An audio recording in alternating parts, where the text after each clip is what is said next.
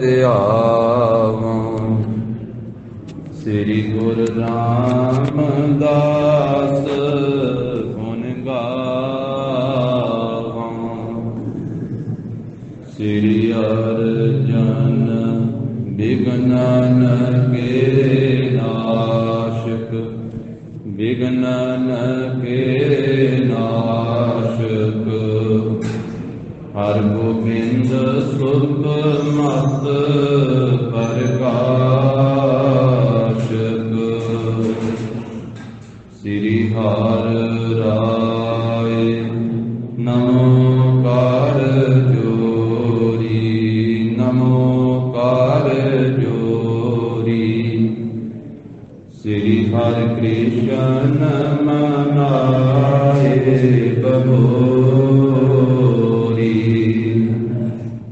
ਤੇਗ ਬਹਾਦਰ ਪਰਮ ਕਿਰਪਾਲਾ ਗੁਰ ਪਰਮ ਕਿਰਪਾਲਾ ਸ੍ਰੀ ਗੁਰੂ ਗੋਬਿੰਦ ਸਿੰਘ ਵਿਸਾਲਾ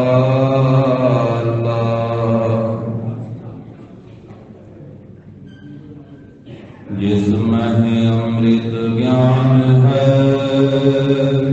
ਮਾਨਕ ਭਗਤ ਵੈਰਾਗ ਸ੍ਰੀ ਗੁਰੂ ਗ੍ਰੰਥ ਸਾਹਿਬ ਉਦਤ ਬੰਦੋਂ ਕਰ ਅਨੁਰਾਗ ਏਕੰਕਾਰ ਸਤਿਗੁਰੂ ਤੇਹ ਪ੍ਰਸਾਦ ਸਚ ਹੋਏ। ਵਾਹਿਗੁਰੂ ਜੀ ਕੀ ਫਤਿਹ। ਵਿਘਨ ਵਿਨਾਸ਼ਨ ਸੋਇ। ਵਾਹਿਗੁਰੂ ਜੀ ਕੀ ਫਤਿਹ। ਵਿਘਨ ਵਿਨਾਸ਼ਨ ਸੋਇ।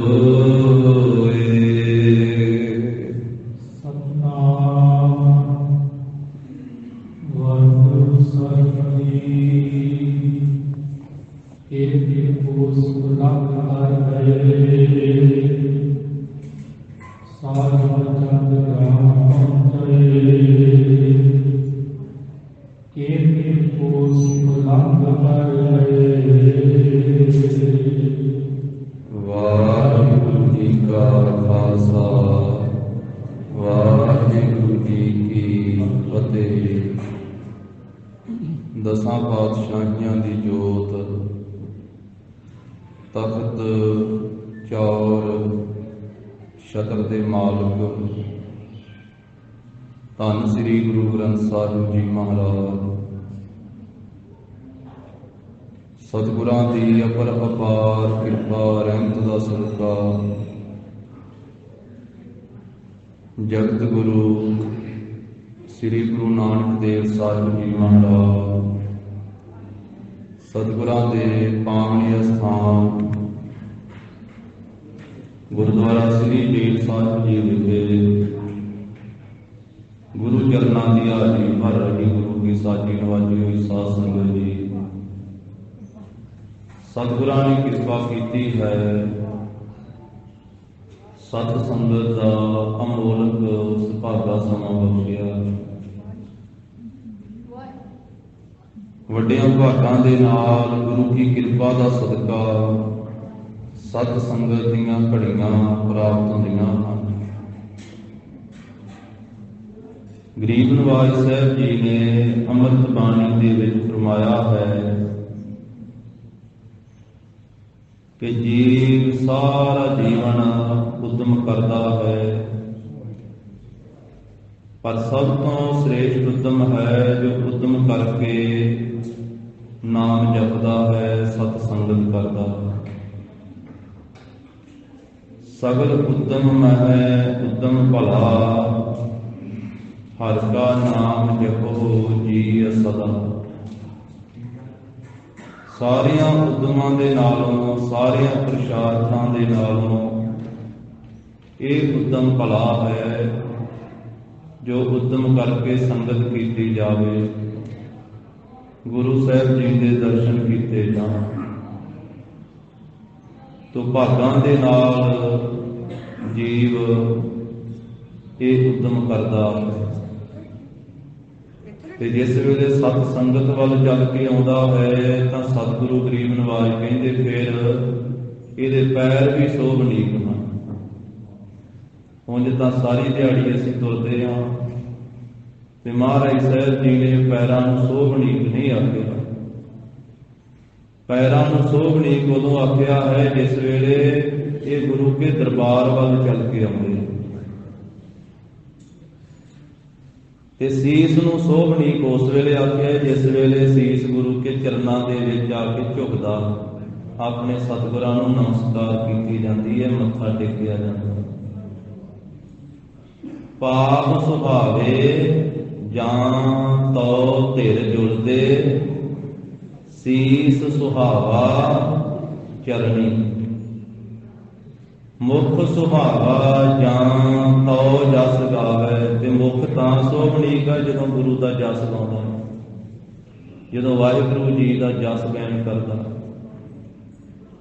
ਇਹ ਪ੍ਰਭੂ ਜੀ ਉਹ ਮੁਖ ਸੋਭਨੀਕ ਹੈ ਜਿਹੜਾ ਆਪ ਜੀ ਦਾ ਜਸ ਗਾਇਨ ਕਰਦਾ ਹੈ। ਮੁਖ ਸੁਹਾਵਾ ਜਾਂ ਤੋ ਜਸ ਗਾਵੇ, ਜੀਉ ਪਿਆ ਤੋ ਸਰਣੀ। ਉਹ ਹਿਰਦਾ ਵੀ ਸੋਭਨੀਕ ਹੈ ਜਿਹੜਾ ਆਪ ਜੀ ਦੀ ਸ਼ਰਨ ਵਿੱਚ ਰਹਿੰਦਾ, ਆਪ ਜੀ ਦੀ ਸ਼ਰਨ ਵਿੱਚ ਪਿਆ ਹੋਇਆ।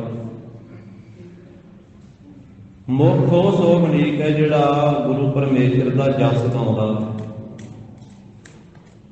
ਝੂਠ ਬੋਲਣ ਵਾਲਾ ਮੁਖ, ਨਿੰਦਿਆ ਕਰਨ ਵਾਲਾ ਮੁਖ, ਚੁਗਲੀ ਕਰਨ ਵਾਲਾ ਮੁਖ ਸੋਭਨੀਕ ਨਹੀਂ ਹੁੰਦਾ, ਸੋਭਾ ਨਹੀਂ ਪਾਉਂਦਾ। ਹੋਰ ਉਸਤਤੀ ਕਰਨ ਵਾਲਾ ਮੁਖ ਵੀ ਸੋਭਾ ਨਹੀਂ ਪਾਉਂਦਾ।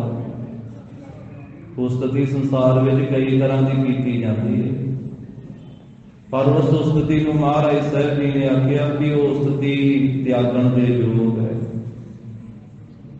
ਦੁਨੀਆ ਦੀਆਂ ਵਡਿਆਈਆਂ ਧੰਨ ਗੁਰੂ ਅੰਗਦ ਦੇਵ ਸਾਹਿਬ ਮਹਾਰਾਜ ਜੀ ਨੇ ਆਖਿਆ ਜਿਹੜੀਆਂ ਕਰਨੀਆਂ ਤੇ ਜਿਹੜੀਆਂ ਸੁਣਨੀਆਂ ਉਹ ਤਾਂ ਨਾਮ ਨਾਲੋਂ ਬਾਣੀ ਨਾਲੋਂ ਤੋੜਨ ਵਾਲੀਆਂ ਹਨ।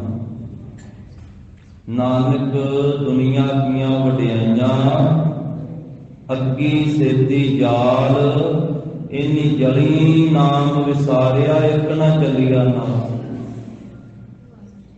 ਫਿਰ ਸਤਿਗੁਰੂ ਕਹਿੰਦੇ ਆ ਵੀ ਉਹ ਫੋਕੀਆਂ ਵਡਿਆਈਆਂ ਕਾਹਤੋਂ ਕਰਨੀਆਂ ਤੇ ਕਾਹਤੋਂ ਸੁਣਨੀਆਂ, ਉਹ ਨਿੰਦਿਆ ਦੇ ਬਰਾਬਰ ਹੀ ਹੈ।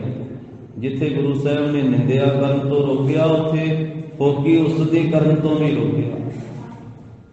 ਮਹਾਰਾਜ ਕਹਿੰਦੇ ਦੋਵੇਂ ਛੱਡ, ਉਸਤਤ ਨਿੰਦਾ ਦੋ ਤਿਆਗੈ, ਖੋਜੈ ਪਦ ਨਿਰਬਾਨਾ, ਜਨ ਨਾਨਕੀ ਉਹ ਖੇਲ ਕਠਨ ਹੈ, ਕਿਨਹੂ ਗੁਰਮੁਖ ਜਾਨਾ। ਪਰ ਇਹ ਔਖੀ ਘਾਟੀ ਹੈ, ਇਹ ਔਖਾ ਖੇਲ ਹੈ। ਕਿਸੇ ਗੁਰਮੁਖ ਨੇ ਜਾਣਿਆ ਨਹੀਂ ਤੇ ਸੰਸਾਰ ਦੀ ਨਿੰਦਿਆ ਤੇ ਸੰਸਾਰ ਦੀ ਉਸਤਤੀ ਵਿੱਚ ਹੀ ਬੰਦਾ ਲੱਗਾ ਰਹਿੰਦਾ, ਬੰਦਿਆਂ ਨੂੰ ਖੁਸ਼ ਕਰਨ ਵਿੱਚ ਹੀ ਲੱਗਾ ਰਹਿੰਦਾ। ਪਰ ਮਹਾਰਾਜ ਕਹਿੰਦੇ ਉਸਤਤੀ ਗੁਰੂ ਦੀ ਕਰ, ਉਸਤਤੀ ਪਰਮੇਸ਼ਰ ਦੀ ਕਰ। ਵਾਹੋ ਮੇਰੇ ਸਾਹਿਬਾ ਵਾਹੋ, ਕਹਿ ਮਾਲਕ ਨੂੰ ਕਿ ਇਹ ਮੇਰੇ ਮਾਲਕਾ ਉਸਤਤੀ ਕਰਨ ਦੇ ਯੋਗ ਤੂੰ ਹੀ ਹੈ, ਅਚਰਜ ਸਰੂਪ ਤਾਂ ਤੂੰ ਹੈ, ਧੰਨ ਧੰਨ ਕਹਿਣ ਦੇ ਯੋਗ ਤਾਂ ਤੂੰ ਹੀ ਹੈ। ਵਾਹੋ ਮੇਰੇ ਸਾਹਿਬਾ ਵਾਹੋ, ਗੁਰਮੁਖ ਸਦਾ ਸਲਾਹੀ ਹੈ, ਸੱਚਾ ਵੇ ਪ੍ਰਵਾਹ। ਮਾਰੇ ਕਹਿੰਦੇ ਗੁਰਮੁਖ ਸਦਾ ਸਲਾਉਂਦੇ ਆ, ਸੱਚੇ ਨੂੰ ਸਲਾਉਂਦੇ, ਵੇ ਪ੍ਰਵਾਹ ਨੂੰ ਸੁਣਾਉਂਦੇ, ਪ੍ਰਭੂ ਦੀ ਸਿਫਤ ਸਲਾਹ ਕਰਦੇ। ਤਾਂ ਗੁਰੂ ਸਾਹਿਬ ਜੀ ਦਾ ਜਸ, ਗੁਰੂ ਕੀ ਮਹਿਮਾ, ਗੁਰੂ ਸਾਹਿਬ ਜੀ ਦੇ ਪਵਿੱਤਰ ਇਤਿਹਾਸ ਵਿੱਚੋਂ ਆਪਾਂ ਪੜ੍ਹ ਸੁਣ ਰਹੇ ਹਾਂ। ਕਲਗੀਧਰ ਪਾਤਸ਼ਾਹ ਧੰਨ ਸ੍ਰੀ ਗੁਰੂ ਗੋਬਿੰਦ ਸਿੰਘ ਸਾਹਿਬ ਜੀ ਮਹਾਰਾਜ ਮਾਲਵੇ ਦੇ ਇਲਾਕੇ ਦੇ ਵਿੱਚ ਵਿਚਰ ਰਹੇ ਹਨ। ਜਿਸ ਪ੍ਰਕਾਰ ਦੇ ਨਾਲ ਬੈਰਾੜਾਂ ਨੇ ਦੋਹਰੀ ਵਾਰ ਤਨਖਾਹਾਂ ਮੰਗੀਆਂ, ਸਤਿਗੁਰੂ ਜੀ ਨੇ ਦਿੱਤੀਆਂ। ਜਿਵੇਂ ਗੁਰੂ ਸਾਹਿਬ ਜੀ ਤੋਂ ਬੇਮੁਖ ਹੋਏ, ਸਿੱਖੀ ਤਿਆਗੀ 1400 ਬੈਰਾੜ ਨੇ। ਫਿਰ ਇਸੇ ਤਰ੍ਹਾਂ ਇਬਰਾਹੀਮ ਨਾਮ ਦਾ ਜੋ ਫਕੀਰ ਸੀ ਮੁਸਲਮਾਨ, ਜਿਹਦਾ ਛੋਟਾ ਨਾਮ ਬ੍ਰਹਮੀ ਸੀ, ਤਾਂ ਉਸ ਨੇ ਬੇਨਤੀ ਕਰਕੇ ਕਿ ਮਹਾਰਾਜ ਦੁਨੀਆ ਦੇ ਸਾਰੇ ਮਤ ਮਤੰਤਰ ਮੈਂ ਵੇਖੇ ਆ, ਉਹ ਤੇ ਸੋਹਣੇ ਰੂਪ ਨੂੰ ਕੋਝਾ ਜਿਹਾ ਬਣਾ ਦਿੰਦੇ। ਆਪ ਜੀ ਦਾ ਪੰਥ ਹੀ ਸ੍ਰੇਸ਼ਟ ਆ, ਆਪ ਜੀ ਦਾ ਹੀ ਦਿੱਤਾ ਹੋਇਆ ਲਿਬਾਸ ਉੱਜਲ ਹੈ, ਆਪ ਜੀ ਦਾ ਹੀ ਮਤਾ ਵੀ ਉੱਜਲ ਹੈ। ਤਾਂ ਮਹਾਰਾਜ ਮੈਨੂੰ ਵੀ ਅੰਮ੍ਰਿਤ ਦੀ ਦਾਤ ਬਖਸ਼ੋ। ਤੇ ਸਤਿਗੁਰੂ ਗਰੀਬ ਨਿਵਾਜ ਸਾਹਿਬ ਜੀ ਨੇ ਭਾਈ ਮਾਨ ਸਿੰਘ ਜੀ ਨੂੰ ਕਹਿ ਕਰਕੇ ਪੰਜਾਂ ਪਿਆਰਿਆਂ ਦੁਆਰਾ ਉਸ ਫਕੀਰ ਨੂੰ ਖੰਡੇ ਬਾਟੇ ਦਾ ਅੰਮ੍ਰਿਤ ਛਕਾਇਆ। ਤੇ ਸਤਿਗੁਰੂ ਜੀ ਨੇ ਸ੍ਰੀ ਮੁਖ ਤੇ ਤਬ ਨਾਮ ਉਚਰਿਓ, ਸ਼ੁਭ ਅਜਮੇਰ ਸਿੰਘ ਤੇ ਧਰਿਓ। ਉਸ ਬ੍ਰਹਮੀ ਨਾਮ ਦੇ ਫਕੀਰ ਦਾ ਨਾਮ ਅੰਮ੍ਰਿਤ ਛਕਾ ਕੇ ਭਾਈ ਅਜਮੇਰ ਸਿੰਘ ਰੱਖ ਦਿੱਤਾ। ਕਿੱਥੇ ਜਿਉਂਦਿਆਂ ਹੀ ਉਹ ਮੌਤ ਤੋਂ ਡਰਦਾ ਸੀ। ਫਿਰ ਮਹਾਰਾਜ ਸਾਹਿਬ ਨੇ ਅੰਮ੍ਰਿਤ ਛਕਾ ਕੇ ਉਹਨੂੰ ਤਿਆਰ ਕਰਤਾ। ਫਿਰ ਗੱਜ ਕੇ ਫਤਿਹ ਬੁਲਾਉਂਦਾ, ਚਿੱਤ ਪ੍ਰਸੰਨ ਹੋ ਗਿਆ, ਕਲਿਆਣ ਦੇ ਸਹਿਤ ਹੋ ਗਿਆ, ਸਿਮਰਨ ਕਰਨ ਲੱਗ ਪਿਆ, ਗੁਰ ਮੰਤਰ ਮੂਲ ਮੰਤਰ ਦਾ ਜਾਪ ਕਰਨ ਲੱਗ ਪਿਆ, ਸਵੇਰੇ ਸ਼ਾਮੀ ਗੁਰੂ ਕੀ ਬਾਣੀ ਦਾ ਨਿਤਨੇਮ ਕਰਨ ਲੱਗ ਪਿਆ। ਇਸ ਤਰ੍ਹਾਂ ਸਾਧ ਸੰਗਤ ਜੀ ਉੱਥੇ ਇੱਕ ਰਾਤ ਸਤਿਗੁਰੂ ਜੀ ਨੇ ਬਤੀਤ ਕਰਕੇ ਫਿਰ ਅੱਗੇ ਗਰੀਬ ਨਿਵਾਜ ਸਾਹਿਬ ਜੀ ਨੇ ਅੰਮ੍ਰਿਤ ਵੇਲਾ ਹੋਣ ਤੋਂ ਅੱਗੇ ਚਾਲੇ ਪਾਏ। ਸਤਿਗੁਰੂ ਜੀ ਦੇ ਨਾਲ ਗੁਰੂ ਕੀ ਫੌਜ ਹੈ।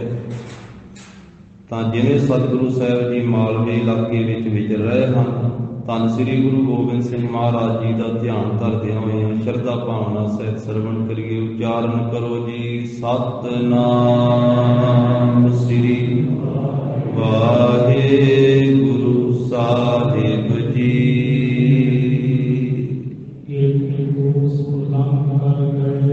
ਸਤਿਗੁਰੂ ਸਾਹਿਬ ਜੀ ਇੱਥੋਂ ਇਹ ਫਕੀਰ ਨੂੰ ਨਿਹਾਲ ਕਰਕੇ ਤੇ ਗਰੀਬ ਨਿਵਾਜ ਸੱਚੇ ਪਾਤਸ਼ਾਹ ਫਿਰ ਕੁਝ ਕੋਹਾਂ ਦਾ ਪੈਂਡਾ ਲੰਘ ਕਰਕੇ ਅੱਗੇ ਗਏ। ਤਾਂ ਅੱਗੇ ਨਗਰ ਆਇਆ ਹੈ ਸਾਹਿਬ ਚੰਦ। ਇਹ ਨਗਰ ਦਾ ਨਾਮ ਹੈ ਸਾਹਿਬ ਚੰਦ। ਤਾਂ ਇਸ ਗ੍ਰਾਮ ਦੇ ਵਿੱਚ ਪਹੁੰਚ ਗਏ ਹਨ ਸਤਿਗੁਰੂ ਜੀ। ਤਾਂ ਇਸ ਥਾਂ ਦੇ ਉੱਤੇ ਮਹਾਰਾਜ ਸਾਹਿਬ ਜੀ ਨੇ ਕੋਈ ਸਰੀਰਕ ਕਿਰਿਆ ਆਪਣੀ ਸੋਧੀ ਹੈ, ਫਿਰ ਜਲ ਵਰਤਿਆ ਹੈ। ਤੇ ਫਿਰ ਸਤਿਗੁਰੂ ਸਾਹਿਬ ਜੀ ਅਸਵਾਰ ਹੋ ਗਏ ਹਨ ਅੱਗੇ। ਇਸ ਤਰ੍ਹਾਂ ਸਰੀਰਕ ਕਿਰਿਆ ਸੋਧ ਕੇ ਆਪਣੇ ਘੋੜੇ ਤੇ ਅਸਵਾਰ ਹੋ ਕੇ ਤੇ ਮਹਾਰਾਜ ਸਾਹਿਬ ਜੀ ਅੱਗੇ ਗਮਨ ਕੀਤਾ, ਭਾਵ ਅੱਗੇ ਚਾਲੇ ਪਾਏ ਹਨ। ਫਿਰ ਕਿੱਥੇ ਪਹੁੰਚੇ ਹੈ ਕਲਗੀਧਰ ਪਾਤਸ਼ਾਹ, ਜਿਸ ਥਾਂ ਦੇ ਉੱਤੇ ਭਾਈ ਦਾ ਕੋਟ ਹੈ ਨਗਰ। ਉਸ ਨਗਰ ਦੇ ਵਿੱਚ ਭਾਈ ਕੇ ਕੋਟ ਪਿੰਡ ਵਿੱਚ ਪਹੁੰਚੇ ਹਨ।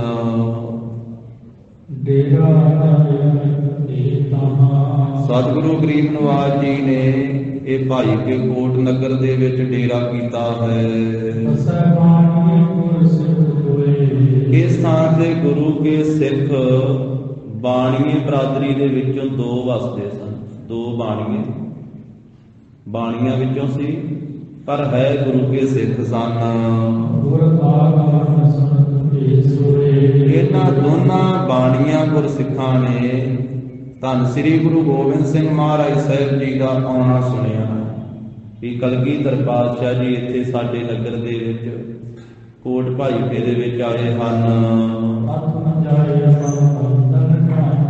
ਇਹਨਾਂ ਨੇ ਸਭ ਤੋਂ ਪਹਿਲਾਂ ਜਾ ਕਰਕੇ, ਬਾਕੀ ਨਗਰ ਦੇ ਲੋਕਾਂ ਤੋਂ ਪਹਿਲਾਂ ਜਾ ਕਰਕੇ ਮਹਾਰਾਜ ਸਾਹਿਬ ਜੀ ਦੇ ਚਰਨਾਂ ਦੇ ਉੱਤੇ ਵੰਦਨਾ ਕੀਤੀ ਹੈ, ਗੁਰੂ ਸਾਹਿਬ ਦੇ ਚਰਨਾਂ ਤੇ ਨਮਸਕਾਰ ਕੀਤੀ ਹੈ। ਤੇ ਸਤਿਗੁਰੂ ਗਰੀਬ ਨਿਵਾਜ ਨੇ ਇਹਨਾਂ ਦੀ ਰਾਜੀ ਖੁਸ਼ੀ ਪੁੱਛੀ ਹੈ।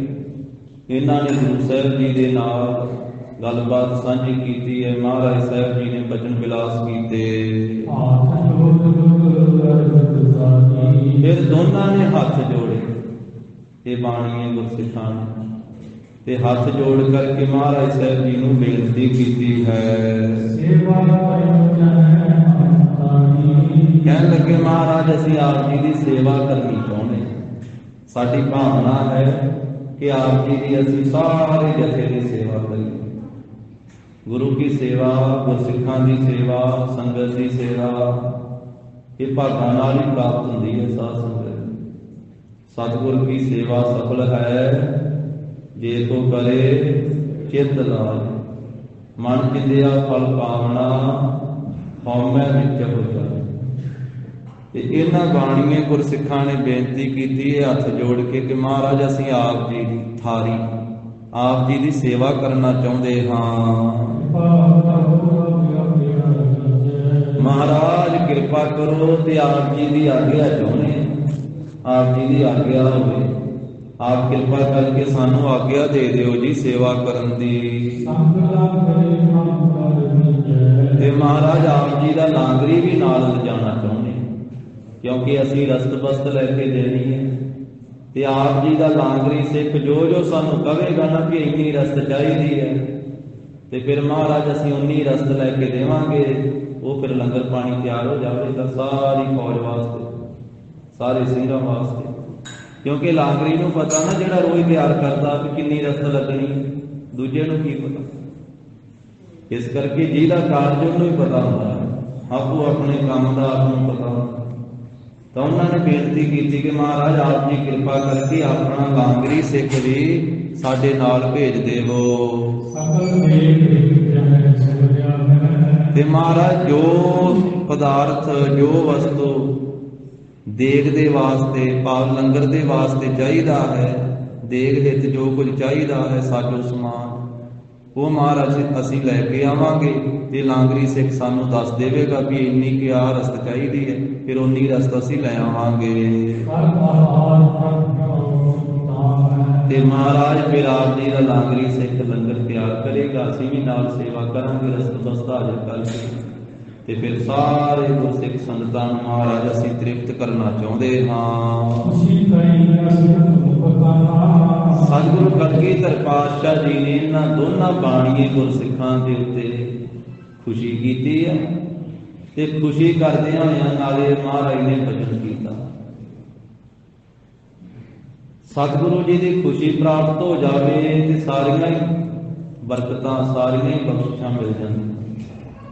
ਤੇ ਹਰ ਇੱਕ ਦੀ ਭਾਵਨਾ ਇਹ ਹੈ ਕਿ ਗੁਰੂ ਸਾਹਿਬ ਜੀ ਦੀ ਖੁਸ਼ੀ ਮਿਲੇ। ਤੇ ਖੁਸ਼ੀ ਮਿਲਦੀ ਹੈ ਸਾਧ ਸੰਗਤ ਜੀ ਗੁਰੂ ਸਾਹਿਬ ਜੀ ਦਾ ਬਚਨ ਮੰਨਣ ਦੇ ਨਾਲ। ਖੁਸ਼ੀ ਬਚਨ ਮੰਨਣ ਨਾਲ ਹੀ ਮਿਲਦੀ। ਖੁਸ਼ੀ ਵੇਖੋ ਮਾਤਾ ਪਿਤਾ ਦੇ ਵੀ ਉਦੋਂ ਹੀ ਮਿਲਦੀ ਜੇ ਕੋਈ ਮਾਂ ਪਿਓ ਦਾ ਬਚਨ ਮੰਨਦਾ। ਇਸੇ ਤਰੀਕੇ ਦੇ ਨਾਲ ਗੱਲ ਮੰਨਣ ਦੇ ਨਾਲ ਹੀ ਖੁਸ਼ੀ ਮਿਲਦੀ ਹੈ। ਤੇ ਗੁਰੂ ਸਾਹਿਬ ਜੀ ਦੀ ਵੀ ਖੁਸ਼ੀ ਉਦੋਂ ਹੀ ਮਿਲਦੀ ਹੈ ਜਦੋਂ ਗੁਰੂ ਸਾਹਿਬ ਜੀ ਦਾ ਕੋਈ ਬਚਨ ਮੰਨਦਾ, ਗੁਰੂ ਕੀ ਆਗਿਆ ਵਿੱਚ ਚੱਲਦਾ। ਤੇ ਗੁਰੂ ਕੀ ਖੁਸ਼ੀ ਏਡੀ ਵੱਡੀ ਹੈ, ਮਹਾਰਾਜ ਸਾਹਿਬ ਕਹਿੰਦੇ ਨਾ ਲੱਖ ਖੁਸ਼ੀਆਂ ਪਾਤਸ਼ਾਹੀਆਂ ਜੇ ਸਤਿਗੁਰ ਨਜ਼ਰ ਕਰੇ। ਜੇ ਗੁਰੂ ਕੀ ਖੁਸ਼ੀ ਮਿਲ ਜਾਵੇ ਤੇ ਫਿਰ ਲੱਖਾਂ ਪਾਤਸ਼ਾਹੀਆਂ ਦੀਆਂ ਖੁਸ਼ੀਆਂ ਮਿਲ ਜਾਂਦੀਆਂ। ਇੱਕ ਪਾਸੇ ਗੁਰੂ ਦੀ ਖੁਸ਼ੀ, ਇੱਕ ਪਾਸੇ ਲੱਖਾਂ ਪਾਤਸ਼ਾਹੀਆਂ। ਇੱਕ ਪਾਤਸ਼ਾਹੀ ਨਹੀਂ, ਲੱਖਾਂ ਪਾਤਸ਼ਾਹੀਆਂ ਦੀ ਖੁਸ਼ੀ ਪ੍ਰਾਪਤ ਹੋ ਜਾਂਦੀ ਜਦੋਂ ਗੁਰੂ ਕੀ ਮਿਹਰ ਦੀ ਨਿਗਾਹ ਹੋ ਜਾਵੇ, ਜਦੋਂ ਗੁਰੂ ਖੁਸ਼ੀ ਦੇ ਵਿੱਚ ਆ ਕਰਕੇ ਮਿਹਰ ਕਰੇ। ਲੱਖ ਖੁਸ਼ੀਆਂ ਪਾਤਸ਼ਾਹੀਆਂ ਜੇ ਸਤਿਗੁਰ ਨਜ਼ਰ ਕਰੇ, ਪਰ ਵਿਚਾਲੇ ਜੇ ਲਾਇਆ ਹੋਇਆ ਜੇ ਵੀ ਤਾਂ ਲੱਖ ਖੁਸ਼ੀਆਂ ਮਿਲਣਗੀਆਂ ਪਾਤਸ਼ਾਹੀਆਂ ਦੀਆਂ ਜੇ ਸਤਿਗੁਰ ਨਜ਼ਰ ਕਰੇ, ਜੇ ਗੁਰੂ ਕੀ ਨਿਗਾਹ ਹੋ ਜਾਵੇ। ਜੇ ਸਤਿਗੁਰੂ ਜੀ ਨਜ਼ਰ ਕਰਦੇ ਨੇ ਆਪਣੇ ਮਿਹਰ ਤਾਂ ਮਿਲੇਗੀ, ਜੇ ਨਾ ਕਰਨ ਫਿਰ ਨਹੀਂ। ਜੇ ਕਿਉਂਕਿ ਜੇ ਜਿਹੜਾ ਵਾ ਇਹ ਸਾਰੀ ਗੱਲ ਹੀ ਤਬਦੀਲ ਕਰ ਦਿੰਦਾ। ਜੇ ਪਦ ਬਾਣੀ ਵਿੱਚ ਬਹੁਤ ਥਾਵਾਂ ਤੇ ਆਉਂਦਾ ਵੀ ਆਪਾਂ ਵੀ ਕਈ ਵਾਰੀ ਗੱਲ ਕਰਦੇ ਹਾਂ, ਕਹਿੰਦੇ ਨੇ ਵੀ ਜੇ ਇਸ ਤਰ੍ਹਾਂ ਹੋ ਜਾਵੇ, ਜੇ ਵਿੱਚ ਲੱਗੀ ਆ ਵੀ ਜੇ ਹੋ ਜਾਵੇ, ਹੋਇਆ ਨਹੀਂ ਜੇ ਹੋ ਜਾਵੇ। ਤੋ ਸਤਿਗੁਰੂ ਗਰੀਬ ਨਵਾਜ ਸੱਚੇ ਪਾਤਸ਼ਾਹ ਜੇ ਸਤਿਗੁਰ ਨਜ਼ਰ ਕਰੇ, ਜੇ ਆਪਣੀ ਮਿਹਰ ਦੀ ਨਿਗਾਹ ਕਰਦੇ ਨੇ ਤੇ ਫਿਰ ਕੀ ਦਾਤ ਪ੍ਰਾਪਤ ਹੁੰਦੀ ਹੈ। ਨਿਮਖ ਏਕ ਹਰਿ ਨਾਮ ਦੇ ਮੇਰਾ ਮਨ ਤਨ ਸੀਤਲ ਹੋਵੇ। ਫਿਰ ਇੱਕ ਨਿਮਖ ਮਾਤਰ ਹੀ ਨਾਮ ਹਿਰਦੇ ਵਸਾਦ ਦੇ ਨੱਕ ਝਮਕਣ ਜਿੰਨਾ ਸਮਾਂ ਹੀ ਤੇ ਮਨ ਤੇ ਤਨ ਸੀਤਲ ਸਤਿਗੁਰੂ ਜੀ ਕਰ ਦਿੰਦੇ। ਇਹਨਾਂ ਦੋਨਾਂ ਗੁਰਸਿੱਖਾਂ ਦੇ ਉੱਤੇ ਗਰੀਬ ਨਵਾਜ ਸਾਹਿਬ ਜੀ ਨੇ ਖੁਸ਼ੀ ਕੀਤੀ ਤੇ ਐਸਾ ਹੁਕਮ ਕੀਤਾ ਆਪਣੀ ਖੁਸ਼ੀ ਦੇ ਨਾਲ। ਇਹ ਸਾਧ ਸੰਗਤ ਜੀ ਹੈ ਤਾਂ ਗੁਰੂ ਕੇ ਸਿੱਖ ਸਨ, ਪਰ ਇਹਨਾਂ ਨੇ ਖੰਡੇ ਬਾਟੇ ਦਾ ਅੰਮ੍ਰਿਤ ਨਹੀਂ ਸੀ ਛਕਿਆ। ਚਰਨ ਪੌਲ ਤਾਂ ਲਈ ਹੋਵੇਗੀ ਪਹਿਲਾਂ, पर गुरु साहब जी का हुक्म सी कलगीधर पातशाह जी का भी जिन्हों ने पहला चरण पौड़ लई है वो भी खंडे बाटे का अमृत छकण, ते जिन्हों ने खंडे बाटे का अमृत छक लिया वो दोबारा किसी की चरण पौड़ ना लेंदे रहे, उन्होंने फिर लोड़ नहीं। चरण पौड़ वाले अमृत छकने महाराज ने हुक्म किया सी। इस करके इन्हां दोनों इन्हां दा जिक्र पिछे आया भी ये बाणीए गुरसिख सन। बस है बाणीए गुरसिख दोए है गुरु के सिख ही सी, पर इन्हां ने खंडे दा अमृत नहीं सी छकिया। ते सतगुरु साहब जी ने फिर अपनी खुशी दे नाल ऐसा हुक्म कर दिता इन्हां नूं कि भाई अमृत छको, तुसीं लंगर की सेवा बाद च करियो, पहलों छको खंडे बाटे का अमृत। उन्हें सेवा मंगी है बेनती करके कि महाराज लांगरी सिख नूं नाल भेजो, रस्त बस्त लियाइए ते आप जी की सारी दल दा सारी फौज का असीं लंगर तैयार करके सेवा करनी चाहुंदे।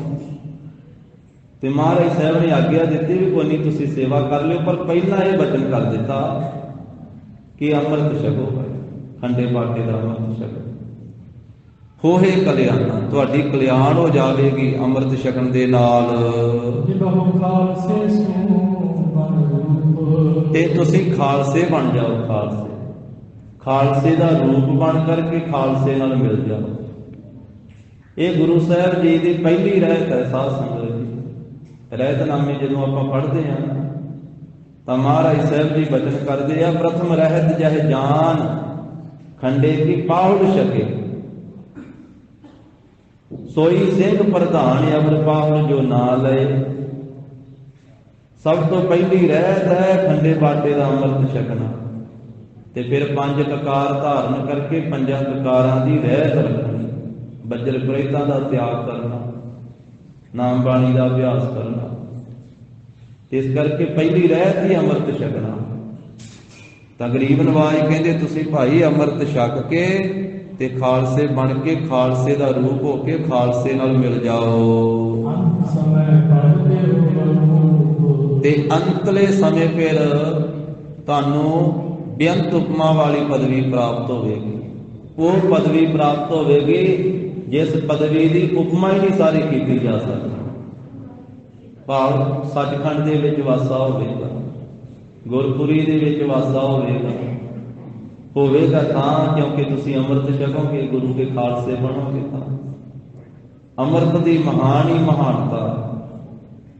तां सतगुरु कहंदे अनूपम पद भाई प्राप्त कर लियो अंत वेले।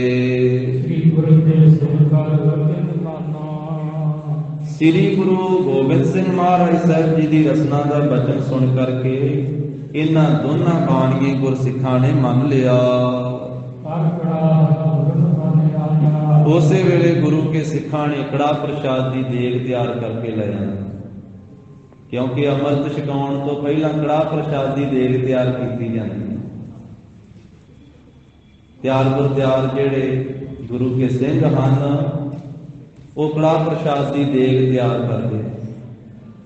सरबलोह के सारे बर्तन होंगे, सरबलोहे की कड़ाई होती है जिहदे विच कड़ा प्रसाद की देग तैयार की जाती है। सरबलोह के सारे बर्तन वरते जाते हैं ते रहत मर्यादा वाले सिंह कड़ा प्रसाद देग तैयार करके फिर महाराज की हाजरी दे विच लिया के रखते। फिर बाकी जिहड़े बर्तन वो चंगी तरह मांजे जाते सोधे जाते, जिहदे विच खंडे बाटे का अमृत तैयार किया जाता। वो बाटा खंडा फिर रहत मर्यादा वाले सिंह अमृत तैयार करते। पहला अपनी सुधाई की जाती है गुरु महाराज साहब जी की हजूरी में खलो के, तां वो लंबी सारी मर्यादा है। तां उस मौके के उत्ते कड़ा प्रसाद देग तैयार करके लियांदी है। हुण इन्हां दोनों ने अपने गाजरे श्री सभा पा लिया, किरपाना धारण कर लिया, क्योंकि महाराज का वचन उस वेले मन लिया। 7 वचन कह शीश झुका दोनों बाणीए गुरसिखां ने गाजरे श्री सभा किरपाना पा के खड़े हो गए। भाव पंजे ककार धारण किए, साबत सूरत तो पहला ही सी। तां केसी इशनान करके केसां दे विच कंघे रख के दोनों ने ਕੰਘਾ ਰੱਖਿਆ ਕੇਸਾਂ ਦੇ ਵਿੱਚ, ਦੂਰੀਆਂ ਦਸਤਾਰਾਂ ਸਜਾਈਆਂ, ਗਾਤਰੇ ਸ੍ਰੀ ਸਾਹਿਬ ਕਛਹਿਰਾ, ਇਸੇ ਤਰ੍ਹਾਂ ਗੁੱਟ ਤੇ ਸਰਬਲੋ ਦੇ ਕੜੇ ਪਹਿਨ ਲਏ। ਤਾਂ ਪੰਜੇ ਹੀ ਕਕਾਰ ਧਾਰਨ ਕਰਕੇ ਤੇ ਖੜੇ ਹੋ ਗਏ ਹਨ। ਤੇ ਦੋਨੇ ਹੀ ਫਿਰ ਵਾਹਿਗੁਰੂ ਮੰਤਰ ਦਾ ਮੁਖ ਤੋਂ ਉਚਾਰਨ ਕਰਨ ਲੱਗ ਪਏ, ਕਿਉਂਕਿ ਪੰਜ ਪਿਆਰੇ ਸਾਹਿਬਾਨਾਂ ਦਾ ਹੁਕਮ ਹੁੰਦਾ ਹੈ, ਜਿਹੜੇ ਪ੍ਰਾਣੀ ਅੰਮ੍ਰਿਤ ਛਕਣ ਵਾਸਤੇ ਹਾਜ਼ਰ ਹੋ ਕੇ ਖਲੋਂਦੇ ਹਨ।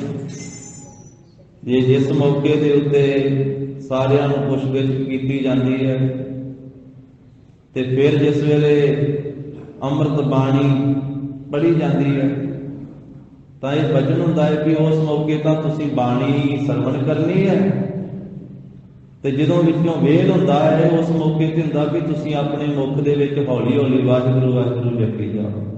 ਇਹ ਹੁਣ ਦੋਵੇਂ ਹੀ ਗੁਰਸਿੱਖ ਆਪਣੇ ਮੁਖ ਤੋਂ ਵਾਹਿਗੁਰੂ ਵਾਹਿਗੁਰੂ ਜਪ ਰਹੇ ਹਨ। ਹਰੇ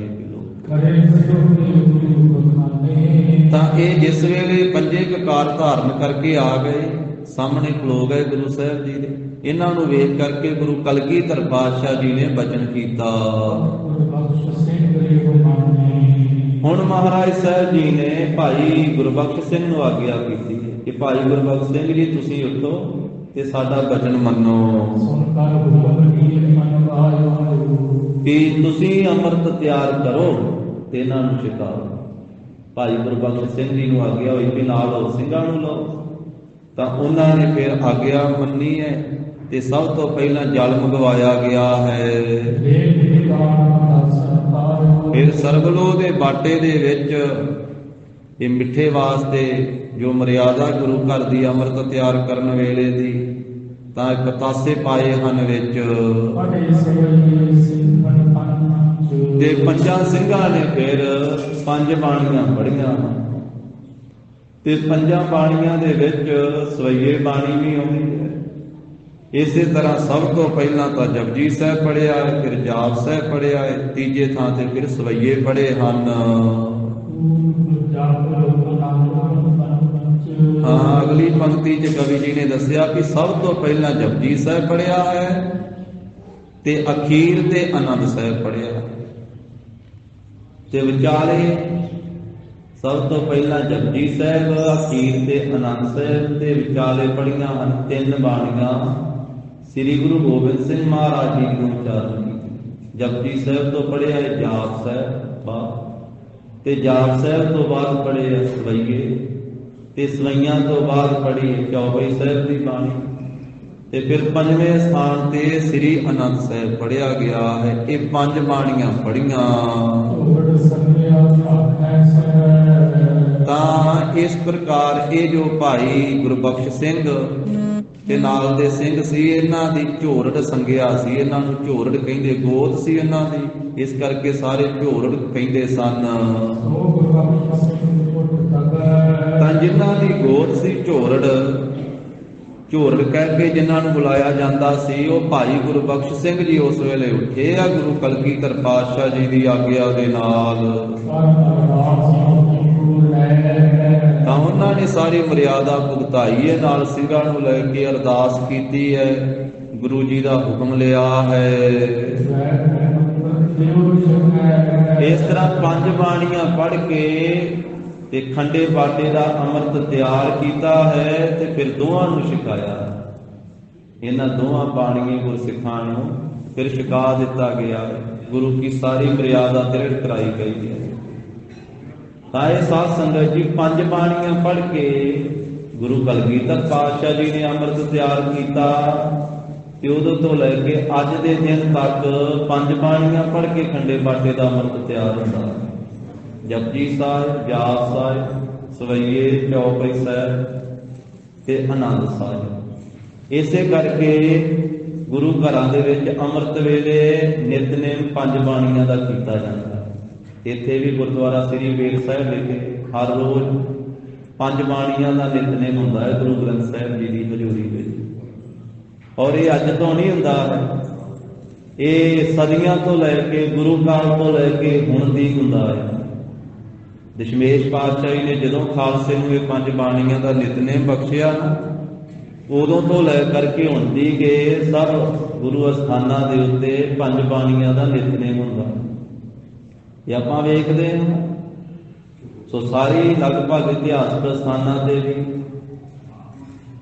ਤੇ ਬਾਕੀ ਪਿੰਡਾਂ ਦੇ ਵਿੱਚ ਵੀ ਜਿੱਥੇ ਜਿੱਥੇ ਗੁਰੂ ਗ੍ਰੰਥ ਸਾਹਿਬ ਮਹਾਰਾਜ ਜੀ ਦਾ ਪ੍ਰਕਾਸ਼ ਹੈ, ਉੱਥੇ ਪੰਜ ਬਾਣੀਆਂ ਦਾ ਅੰਮ੍ਰਿਤ ਵੇਲੇ ਨਿਤਨੇਮ ਕੀਤਾ ਜਾਂਦਾ, ਕਿਉਂਕਿ ਇਹ ਪੰਜ ਬਾਣੀਆਂ ਪੜ੍ਹ ਕੇ ਖੰਡੇ ਬਾਟੇ ਦਾ ਅੰਮ੍ਰਿਤ ਤਿਆਰ ਕੀਤਾ ਕਲਗੀਧਰ ਪਾਤਸ਼ਾਹ ਜੀ। ਤੇ ਸ਼ਾਮ ਨੂੰ ਸੋਦਾ ਰਹਿਰਾ ਸਾਹਿਬ ਜੀ ਦਾ ਪਾਠ ਕੀਤਾ ਜਾਂਦਾ ਤੇ ਰਾਤੀ ਕੀਰਤਨ ਸੋਹਿਲੇ ਦਾ ਪਾਠ ਕੀਤਾ ਜਾਂਦਾ। ਇਹ ਮਰਿਆਦਾ ਹੈ। ਹਾਂ, ਆਪਣੀ ਮਰਜ਼ੀ ਦੇ ਨਾਲ ਕੋਈ ਇਹਦੇ ਵਿੱਚ ਵਾਧਾ ਘਾਟਾ ਕਰਦਾ ਫਿਰੇ, ਉਹ ਗੁਰੂ ਦਾ ਦੇਣਦਾਰ ਹੈ, ਉਹ ਆਪਣੀ ਮਰਜ਼ੀ ਕਰਦਾ ਹੈ। ਪਰ ਜਿਹੜੀ ਗੁਰੂ ਕੀ ਮਰਿਆਦਾ ਹੈ ਉਹ ਪੰਜ ਬਾਣੀਆਂ ਦੀ ਹੈ। ਜਦੋਂ ਗੁਰੂ ਦਾ ਖਾਲਸਾ ਪੰਜ ਪਿਆਰੇ ਸਾਹਿਬਾਨ ਖੰਡੇ ਬਾਟੇ ਦਾ ਅੰਮ੍ਰਿਤ ਤਿਆਰ ਕਰਨਗੇ ਤੇ ਉਹ ਪੰਜ ਬਾਣੀਆਂ ਪੜ੍ਹ ਕੇ ਹੀ ਅੰਮ੍ਰਿਤ ਤਿਆਰ ਹੋਵੇਗਾ। ਤੇ ਜੇ ਕੋਈ ਘਾਟਾ ਵਾਧਾ ਕਰਦਾ ਹੈ ਤੇ ਫਿਰ ਉਹ ਅੰਮ੍ਰਿਤ ਦੀ ਮਰਿਆਦਾ 'ਚ ਫਰਕ ਪਾਉਂਦਾ ਹੈ, ਕਿਉਂਕਿ ਪੰਜਾਂ ਬਾਣੀਆਂ ਤੋਂ ਘੱਟ ਕੋਈ ਚਾਰ ਨਹੀਂ ਪੜ੍ਹ ਸਕਦਾ, ਕੋਈ ਤਿੰਨ ਨਹੀਂ ਪੜ੍ਹ ਸਕਦਾ। ਕਿ ਇਹਦੀ ਹਿੰਮਤ ਨਹੀਂ ਹੈ ਕਿ ਕੋਈ ਤਿੰਨ ਬਾਣੀਆਂ ਜਾਂ ਦੋ ਬਾਣੀਆਂ ਪੜ੍ਹ ਕੇ ਅੰਮ੍ਰਿਤ ਤਿਆਰ ਕਰੇ। ਪਰ ਕਈਆਂ ਲੋਕਾਂ ਨੇ ਮਨਮਤਾਂ ਕੀਤੀਆਂ ਵਾ ਇਹੋ ਜਿਹੀਆਂ, ਕਈਆਂ ਨੇ ਦੋ ਦੋ ਬਾਣੀਆਂ ਪੜ੍ਹ ਕੇ ਵੀ ਅੰਮ੍ਰਿਤ ਤਿਆਰ ਕਰਨਾ ਸ਼ੁਰੂ ਕਰ ਦਿੱਤਾ ਕਈਆਂ ਦੇਸ਼ਾਂ 'ਚ, ਕਈਆਂ ਥਾਵਾਂ ਤੇ। ਪਰ ਉਹ ਆਪਦੀ ਮਰਜ਼ੀ ਕਰਦੇ ਆ, ਉਹਨਾਂ ਦੀ ਮਨ ਦੀ ਮੱਤ ਵਾ, ਗੁਰੂ ਦੀ ਮੱਤ ਨਹੀਂ ਹੈ। ਜੋ ਗੁਰੂ ਕੇ ਖਾਲਸੇ ਦੀ ਮੱਤ ਹੈ, ਗੁਰੂ ਗੋਬਿੰਦ ਸਿੰਘ ਜੀ ਦੀ ਦਿੱਤੀ ਹੋਈ ਮੱਤ ਮਰਿਆਦਾ ਹੈ, ਉਹ ਤਾਂ ਪੰਜ ਬਾਣੀਆਂ ਦੇ ਨਾਲ ਹੀ ਅੰਮ੍ਰਿਤ ਤਿਆਰ ਹੁੰਦਾ। ਤੇ ਦੋ ਬਾਣੀਆਂ ਗੁਰੂ ਗ੍ਰੰਥ ਸਾਹਿਬ ਜੀ ਦੇ ਅੰਦਰ ਅੰਕਿਤ ਹਨ। ਇੱਕ ਸਭ ਤੋਂ ਪਹਿਲੀ ਬਾਣੀ ਮੁੱਖ ਬਾਣੀ ਸ੍ਰੀ ਜਪਜੀ ਸਾਹਿਬ, ਜਿਸ ਬਾਣੀ ਦਾ ਨਾਮ ਤੇ ਜਪ ਹੈ। ਜਪ ਆਪਾਂ ਸਤਿਕਾਰ ਦੇ ਨਾਲ ਸਾਰਾ ਹੀ ਗੁਰੂ ਦਾ ਪੰਥ ਸ੍ਰੀ ਜਪਜੀ ਸਾਹਿਬ ਕਹਿੰਦੇ ਹਾਂ। ਤੇ ਤਜ਼ਕਰੇ ਵਿੱਚ ਲਿਖਿਆ ਹੋਇਆ ਇਸ ਜਪ ਬਾਣੀ ਦਾ ਨਾਮ, ਸ੍ਰੀ ਜਪਜੀ ਸਾਹਿਬ ਜੀ ਦਾ ਨਾਮ ਜਪ ਨੀਸਾਨ, ਜਪ ਨੀਸਾਨ, ਇਹ ਤਜ਼ਕਰੇ ਵਿੱਚ ਲਿਖਿਆ ਹੋਇਆ।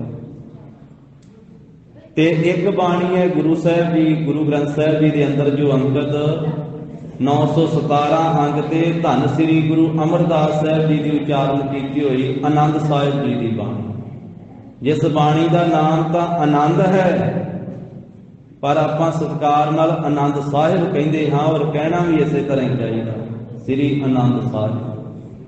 ਸਰਲੇਖ ਹੈ ਰਾਮਕਲੀ ਮਹੱਲਾ ਤੀਜਾ ਆਨੰਦ।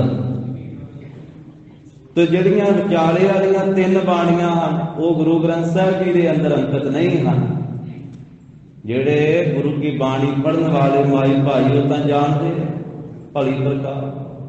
ਉਹ ਤਿੰਨ ਬਾਣੀਆਂ ਗੁਰੂ ਗੋਬਿੰਦ ਸਿੰਘ ਮਹਾਰਾਜ ਜੀ ਦੀਆਂ ਉਚਾਰਨ ਕੀਤੀਆਂ ਹੋਈਆਂ ਗੁਰੂ ਗੋਬਿੰਦ ਸਿੰਘ ਮਹਾਰਾਜ ਜੀ ਦੀ ਬਾਣੀ ਅੰਦਰ ਹੀ ਅੰਕਿਤ ਹਨ। ਜਾਪ ਸਾਹਿਬ, ਸਵਈਏ ਤੇ ਚੌਪਈ ਸਾਹਿਬ।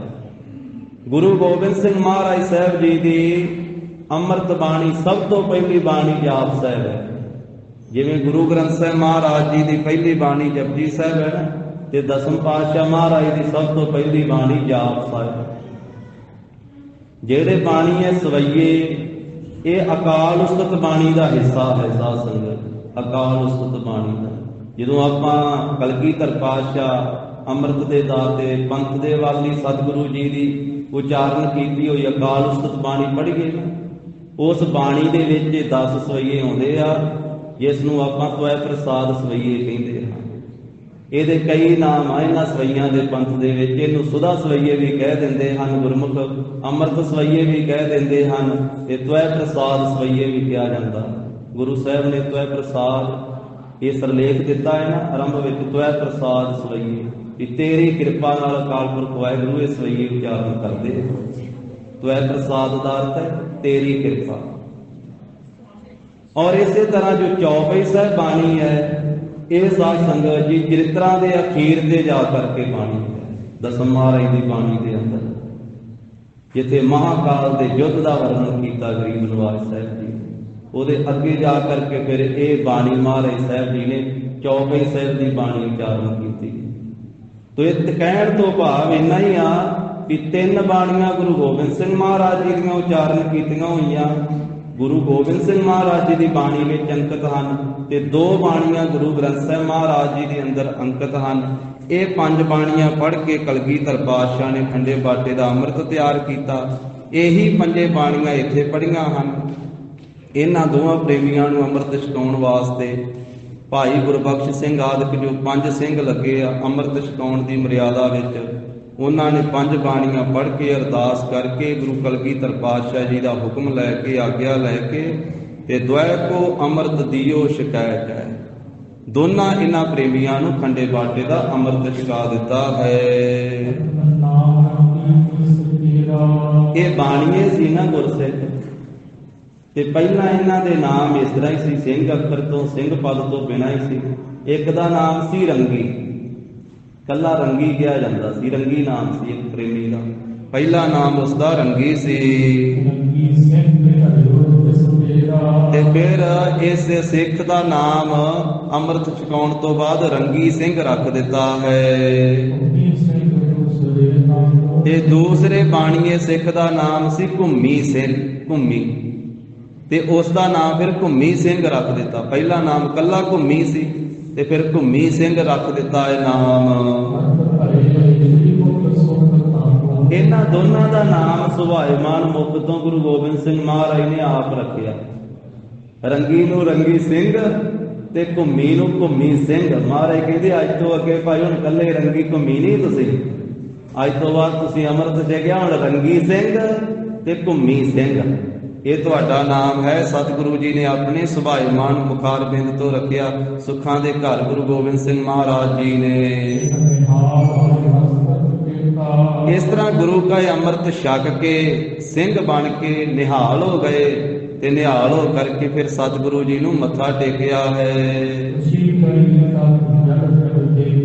ਗਿਆਨ ਦੇ ਬੱਦਲ, ਗਿਆਨ ਦੇ ਸਾਗਰ ਸ੍ਰੀ ਗੁਰੂ ਗੋਬਿੰਦ ਸਿੰਘ ਮਹਾਰਾਜ ਸਾਹਿਬ ਜੀ ਨੇ ਖੁਸ਼ੀ ਕੀਤੀ ਇਹਨਾਂ ਦੋਨਾਂ ਸਿੰਘਾਂ ਤੇ।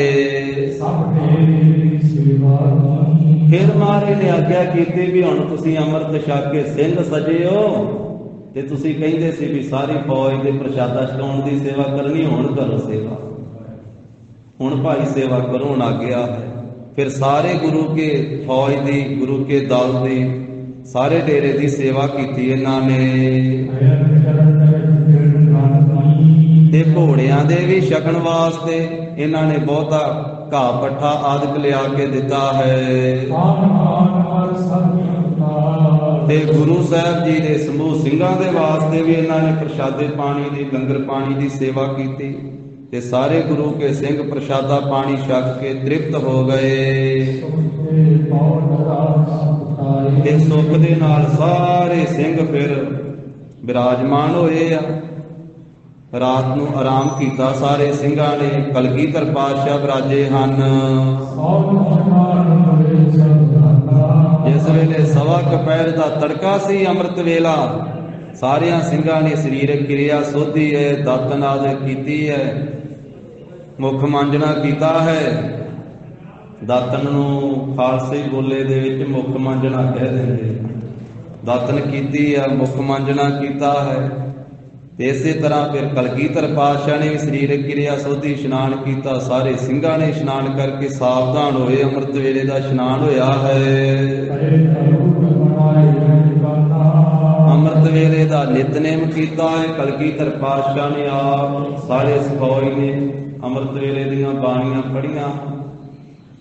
ਔਰ ਪੁਰਾਣੇ ਸਿੰਘ ਤਾਂ ਬਹੁਤ ਹੀ ਵੱਡਾ ਨਿਤਨੇਮ ਕਰਿਆ ਕਰਦੇ ਸੀ ਅੰਮ੍ਰਿਤ ਵੇਲੇ ਤੋਂ ਲੈ ਕਰਕੇ। ਹੁਣ ਤਾਂ ਅੱਗੇ ਤੋਂ ਅੱਗੇ ਘਟਦਾ ਹੀ ਜਾਂਦਾ ਸਾਰਾ ਪ੍ਰੋਗਰਾਮ, ਥੋੜਾ ਥੋੜਾ ਕਰਦੇ ਘਟਾਈ ਜਾਂਦੇ। ਤੇ ਪੁਰਾਣੇ ਸਾਡੇ ਜਿੰਨੇ ਵੀ ਗੁਰਸਿੱਖ ਸੀ ਕਲਗੀਧਰ ਪਾਤਸ਼ਾਹ ਮਹਾਰਾਜ ਦੇ ਸਿੰਘ, ਉਹਨਾਂ ਦਾ ਇਤਿਹਾਸ ਪੜ੍ਹੀਏ ਤੇ 5 ਗ੍ਰੰਥੀ ਦਾ ਨਿਤਨੇਮ, 10 ਗ੍ਰੰਥੀ ਦਾ ਨਿਤਨੇਮ, ਔਰ ਇਹ ਪੋਥੀਆਂ ਸਾਹਿਬ ਗਾਤਰੇ ਹੀ ਰੱਖਿਆ ਕਰਦੇ ਸੀ। ਫਿਰ ਸਹਿਜ ਪਾਠ ਗੁਰੂ ਮਹਾਰਾਜ ਦੀ ਬਾਣੀ ਦਾ, ਤੇ ਅੰਮ੍ਰਿਤ ਵੇਲੇ ਤੋਂ ਲੈ ਕੇ ਸੂਰਜ ਚੜ੍ਹਦੇ ਤੀਕ ਨਿਤਨੇਮ ਕਰਦੇ ਰਹਿੰਦੇ ਸੀ, ਕਈ ਘੰਟੇ ਨਿਤਨੇਮ। ਤੋ ਇਸ ਤਰੀਕੇ ਨਾਲ ਉਹਨਾਂ ਨੂੰ ਬੇਅੰਤੀ ਬਾਣੀਆਂ ਕੰਠ ਸੀ। ਇਹ 5 ਬਾਣੀਆਂ ਤੇ ਹੁਕਮ ਹੈ ਨਾ ਮਹਾਰਾਜ ਦਾ ਵੀ ਇਹ ਤਾਂ ਕਰਦੀਆਂ ਹੀ ਕਰਦੀਆਂ ਪੱਕੀਆਂ। ਤੇ ਇਹਦੇ ਤੋਂ ਅਲੱਗਾ ਜਿਹੜੀਆਂ 5 ਬਾਣੀਆਂ ਵੱਡੀਆਂ ਪੁਰਾਣੇ ਸਿੰਘ ਉਹ ਕਰਦੇ ਹੁੰਦੇ ਸੀ। ਸੁਖਮਨੀ ਸਾਹਿਬ, ਆਸਾ ਦੀ ਵਾਰ, ਸਿੱਧ ਗੋਸ਼ਟ, ਦੱਖਣੀ ਓਮਕਾਰ, ਤੇ ਇਸੇ ਤਰ੍ਹਾਂ 52 ਅੱਖਰੀ, ਇਹ 5 ਬਾਣੀਆਂ ਵੀ ਕਰਦੇ ਸੀ ਪੁਰਾਣੇ ਸਿੰਘ। ਤੇ ਫਿਰ 10 ਗ੍ਰੰਥੀ ਦਾ ਵੀ ਨਾਲ ਨਿਤਨੇਮ ਕਰਦੇ ਸੀ। ਤਾਂ ਉਹ ਅੰਮ੍ਰਿਤ ਵੇਲੇ ਤੋਂ ਲੈ ਕੇ ਕਲਗੀਧਰ ਪਾਤਸ਼ਾਹ ਅੱਜ ਵੀ ਗੁਰੂ ਗੋਬਿੰਦ ਸਿੰਘ ਮਹਾਰਾਜ ਦੇ ਨਿਤਨੇਮ ਦੀ ਪੋਥੀ ਦੇ ਦਰਸ਼ਨ ਆਪਾਂ ਤਖਤ ਸ੍ਰੀ ਦਮਦਮਾ ਸਾਹਿਬ ਕਰ ਸਕਦੇ। ਕਿੰਨੀਆਂ ਬਾਣੀਆਂ ਉਹਦੇ ਵਿੱਚ ਹਨ। ਤਾਂ ਉਹ ਸਾਰੀ ਪੋਥੀ ਸਾਹਿਬ ਦਾ ਨਿਤਨੇਮ ਕਲਗੀਧਰ ਪਾਤਸ਼ਾਹ ਆਪ ਕਰਿਆ ਕਰਦੇ ਸੀ ਰੋਜ਼, ਕਿਉਂਕਿ ਸਿੰਘਾਂ ਨੂੰ ਰੀਤ ਦੇਣ ਵਾਸਤੇ, ਮਰਿਆਦਾ ਦੇਣ ਵਾਸਤੇ ਗੁਰੂ ਸਾਹਿਬ ਨੇ ਜੋ ਆਪਣੇ ਸਿੰਘਾਂ ਨੂੰ ਆਖਿਆ, ਖਾਲਸੇ ਨੂੰ ਆਖਿਆ, ਸਭ ਤੋਂ ਪਹਿਲਾਂ ਆਪ ਕੀਤਾ। ਦਸ਼ਮੇਸ਼ ਪਾਤਸ਼ਾਹ ਆਪ ਅੰਮ੍ਰਿਤ ਵੇਲੇ ਤੇ ਲੈ ਕੇ ਬੇਅੰਤ ਬਾਣੀ ਪੜ੍ਹਿਆ ਕਰਦੇ ਸੀ। ਜੇ ਧੰਨ ਗੁਰੂ ਨਾਨਕ ਸਾਹਿਬ ਮਹਾਰਾਜ ਨੇ ਉਪਦੇਸ਼ ਦਿੱਤਾ ਕਿ ਅੰਮ੍ਰਿਤ ਵੇਲੇ ਉੱਠੋ, ਇਸ਼ਨਾਨ ਕਰੋ, ਗੁਰ ਮੰਤਰ ਮੂਲ ਮੰਤਰ ਦਾ ਜਾਪ ਕਰੋ, ਜਪਜੀ ਸਾਹਿਬ ਪੜ੍ਹੋ, ਚੌਂਕੜਾ ਲਾਓ, ਧਿਆਨ 'ਚ ਜੁੜੋ, ਤੇ ਇੱਥੇ ਰੋਜ਼ ਮਹਾਰਾਜ ਵੇਈ 'ਚ ਇਸ਼ਨਾਨ ਕਰਕੇ ਇੱਥੇ ਚੌਂਕੜਾ ਲਾਇਆ ਕਰਦੇ ਸੀ। ਇਹ ਗੁਰਦੁਆਰਾ ਬੇਰ ਸਾਹਿਬ ਇਸੇ ਗੱਲ ਦੀ ਯਾਦਗਾਰ ਕਿ ਵੇਈ 'ਚ ਇਸ਼ਨਾਨ ਕਰਕੇ ਭੋਰਾ ਸਾਹਿਬ ਅਸਥਾਨ ਇਹੀ ਸੋਭਨੀਕ ਆ, ਇੱਥੇ ਮਹਾਰਾਜ ਚੌਂਕੜਾ ਲਾ ਕੇ ਅੰਮ੍ਰਿਤ ਵੇਲੇ ਬੈਠਿਆ ਕਰਦੇ। ਤਾਂ ਅੰਮ੍ਰਿਤ ਵੇਲੇ ਦੀ ਵੱਡੀ ਮਹਾਨਤਾ ਗੁਰੂ ਸਾਹਿਬ ਜੀ ਨੇ ਬਖਸ਼ਿਸ਼ ਕੀਤੀ। ਤਾਂ ਉਸ ਵੇਲੇ ਅੰਮ੍ਰਿਤ ਵੇਲੇ ਦਾ ਨਿਤਨੇਮ ਸਾਰੇ ਸਿੰਘਾਂ ਨੇ ਕੀਤਾ ਹੈ। ਜਦੋਂ ਫਿਰ ਦਿਨ ਚੜ ਗਿਆ ਹੈ ਤੇ ਕਲਗੀਧਰ ਪਾਤਸ਼ਾਹ ਮਹਾਰਾਜ ਆਪਣੇ ਘੋੜੇ ਤੇ ਸਵਾਰ ਹੋ ਗਏ, ਸਿੰਘ ਵੀ ਸਵਾਰ ਹੋ ਗਏ ਆਪੋ ਆਪਣੇ ਰਾਖੀਆਂ ਤੇ। ਇਹ ਫਿਰ ਗਰੀਬ ਨਵਾਜ ਕਿਰਪਾਲੂ ਸਤਿਗੁਰੂ ਜੀ ਸ਼ਿਕਾਰ ਖੇਲਣ ਵਾਸਤੇ ਗਏ। ਹੌਲੀ ਹੌਲੀ ਮਹਾਰਾਜ ਸਾਹਿਬ ਜੰਗਲ ਦੇ ਵਿੱਚ ਗਏ ਹਨ ਤੇ ਮਨ ਭਾਉਂਦੇ ਵਿਚਰੇ ਆ ਗਰੀਬ ਨਵਾਜ। ਉਸ ਵੇਲੇ ਜਿੱਧਰ ਨੂੰ ਜੀ ਕੀਤਾ ਸਤਿਗੁਰੂ ਜੀ ਉਧਰਲੇ ਪਾਸੇ ਨੂੰ ਵਿਚਰੇ ਹਨ। ਜੀਵਾਂ ਦੀ ਕਲਿਆਣ ਕੀਤੀ ਆ ਸ਼ਿਕਾਰ ਕਰਕੇ। ਫਿਰ ਵਿਚਰਦਿਆਂ ਹੋਇਆਂ ਸਤਿਗੁਰੂ ਜੀ ਸੁਨੀਅਰ ਨਗਰ ਦੇ ਵਿੱਚ ਆ ਕੇ ਪੜਾ ਕੀਤਾ ਹੈ। ਉੱਥੇ ਫਿਰ ਮਹਾਰਾਜ ਸਾਹਿਬ ਜੀ ਨੇ ਰਾਤ ਬਤੀਤ ਕੀਤੀ ਹੈ ਤੇ ਫਿਰ ਅੱਗੇ ਚੱਲ ਪਏ ਹਨ। ਪਿੰਡ ਦਾ ਨਾਮ ਹੈ ਰੋਹਲੇ। ਉਸ ਰੋਹਲੇ ਪਿੰਡ ਦੇ ਵਿੱਚ ਗਰੀਬ ਨਵਾਜ ਫਿਰ ਉਤਰੇ ਹਨ। ਉਤੋਂ ਫੇਰ ਸਵਾਰ ਹੋ ਕੇ ਗਰੀਬ ਨਵਾਜ ਰਸਤੇ ਤੇ ਚੱਲ ਪਏ। ਫਿਰ ਬਬੀਏ ਨਗਰ ਦੇ ਪਾਸ ਮਹਾਰਾਜ ਸਾਹਿਬ ਜੀ ਪਹੁੰਚੇ ਹਨ। ਗੁਣਾਂ ਦੇ ਘਰ, ਜਿਸ ਕਲਗੀਧਰ ਪਾਤਸ਼ਾਹ ਦੇ ਵਿੱਚ ਬੇਅੰਤੇ ਗੁਣ ਹਨ, ਜਿਨ੍ਹਾਂ ਸਤਿਗੁਰਾਂ ਦੇ ਗੁਣ ਸਾਰੇ ਕਥਨ ਹੀ ਨਹੀਂ ਕੀਤੇ ਜਾ ਸਕਦੇ। ਜਿਹਵਾ ਏਕ ਕਮਨ ਗੁਣ ਕਹੀਐ, ਬੇਸੁਮਾਰ ਬੇਅੰਤ ਸੁਆਮੀ ਤੇਰੋ ਅੰਤ ਨਾ ਗਿਣਹੀ ਲਹੀ। ਬੇਅੰਤਾ ਬੇਅੰਤ ਗੁਣ ਤੇਰੇ, ਕੇਤਕ ਗਾਵਾ ਰਾਮ। ਗੁਣ ਤੁਹਾਨੂੰ ਕਲਗੀਧਰ ਪਾਤਸ਼ਾਹ ਜੀ ਨੂੰ ਲਿਖਿਆ ਭਾਈ ਸੰਤੋਖ ਸਿੰਘ ਜੀ ਨੇ ਵੀ ਉਸ ਥਾਂ ਦੇ ਉੱਤੇ ਮਹਾਰਾਜ ਨੇ ਪੜਾਅ ਕੀਤਾ ਹੈ, ਡੇਰਾ ਕੀਤਾ ਹੈ। ਗਰੀਬ ਨਵਾਜ ਸੱਚੇ ਪਾਤਸ਼ਾਹ ਜੀ ਨੇ ਬਬੀਏ ਨਗਰ ਪਹੁੰਚ ਕਰਕੇ ਕਰਿਓ ਸਿਵਰ ਉਤਰੇ ਗੁਣ ਧਾਮ। ਗੁਣਾਂ ਦੇ ਘਰ, ਜਿਹੜੇ ਗੁਣਾਂ ਦੇ ਨਾਲ ਖੂਬੀਆਂ ਦੇ ਨਾਲ ਭਰੇ ਹੀ ਹੋਏ ਆ ਗੁਰੂ ਗੋਬਿੰਦ ਸਿੰਘ ਜੀ ਮਹਾਰਾਜ। ਤੇਰੇ ਕਮਨ ਕਮਨ ਗੁਣ ਕਹਿ ਕਹਿ ਗਾਵਾਂ, ਤੂੰ ਸਾਹਿਬ ਗੁਣੀ ਨਿਧਾਨਾ।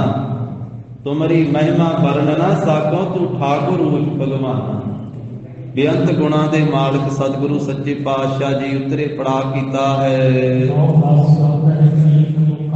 ਔਰ ਇਸ ਨਗਰ ਦੇ ਵਿੱਚ 9 ਦਿਨ ਮਹਾਰਾਜ ਸਾਹਿਬ ਜੀ ਨੇ ਮੁਕਾਮ ਰੱਖਿਆ, ਪੜਾ ਰੱਖਿਆ। ਇੱਥੋਂ ਫਿਰ ਸਤਿਗੁਰੂ ਜੀ ਅਸਵਾਰ ਹੋ ਕਰਕੇ ਬਾਜਕ ਨਗਰ ਨੂੰ ਗਏ। ਮਹਾਰਾਜ ਸਾਹਿਬ ਜੀ ਨੇ ਸਮਾਂ ਵੇਖ ਕਰਕੇ ਫਿਰ ਇੱਥੇ ਜਲ ਪਾਣੀ ਸ਼ਰਧਾਈ ਛਕਣਾ ਕੀਤੀ ਹੈ।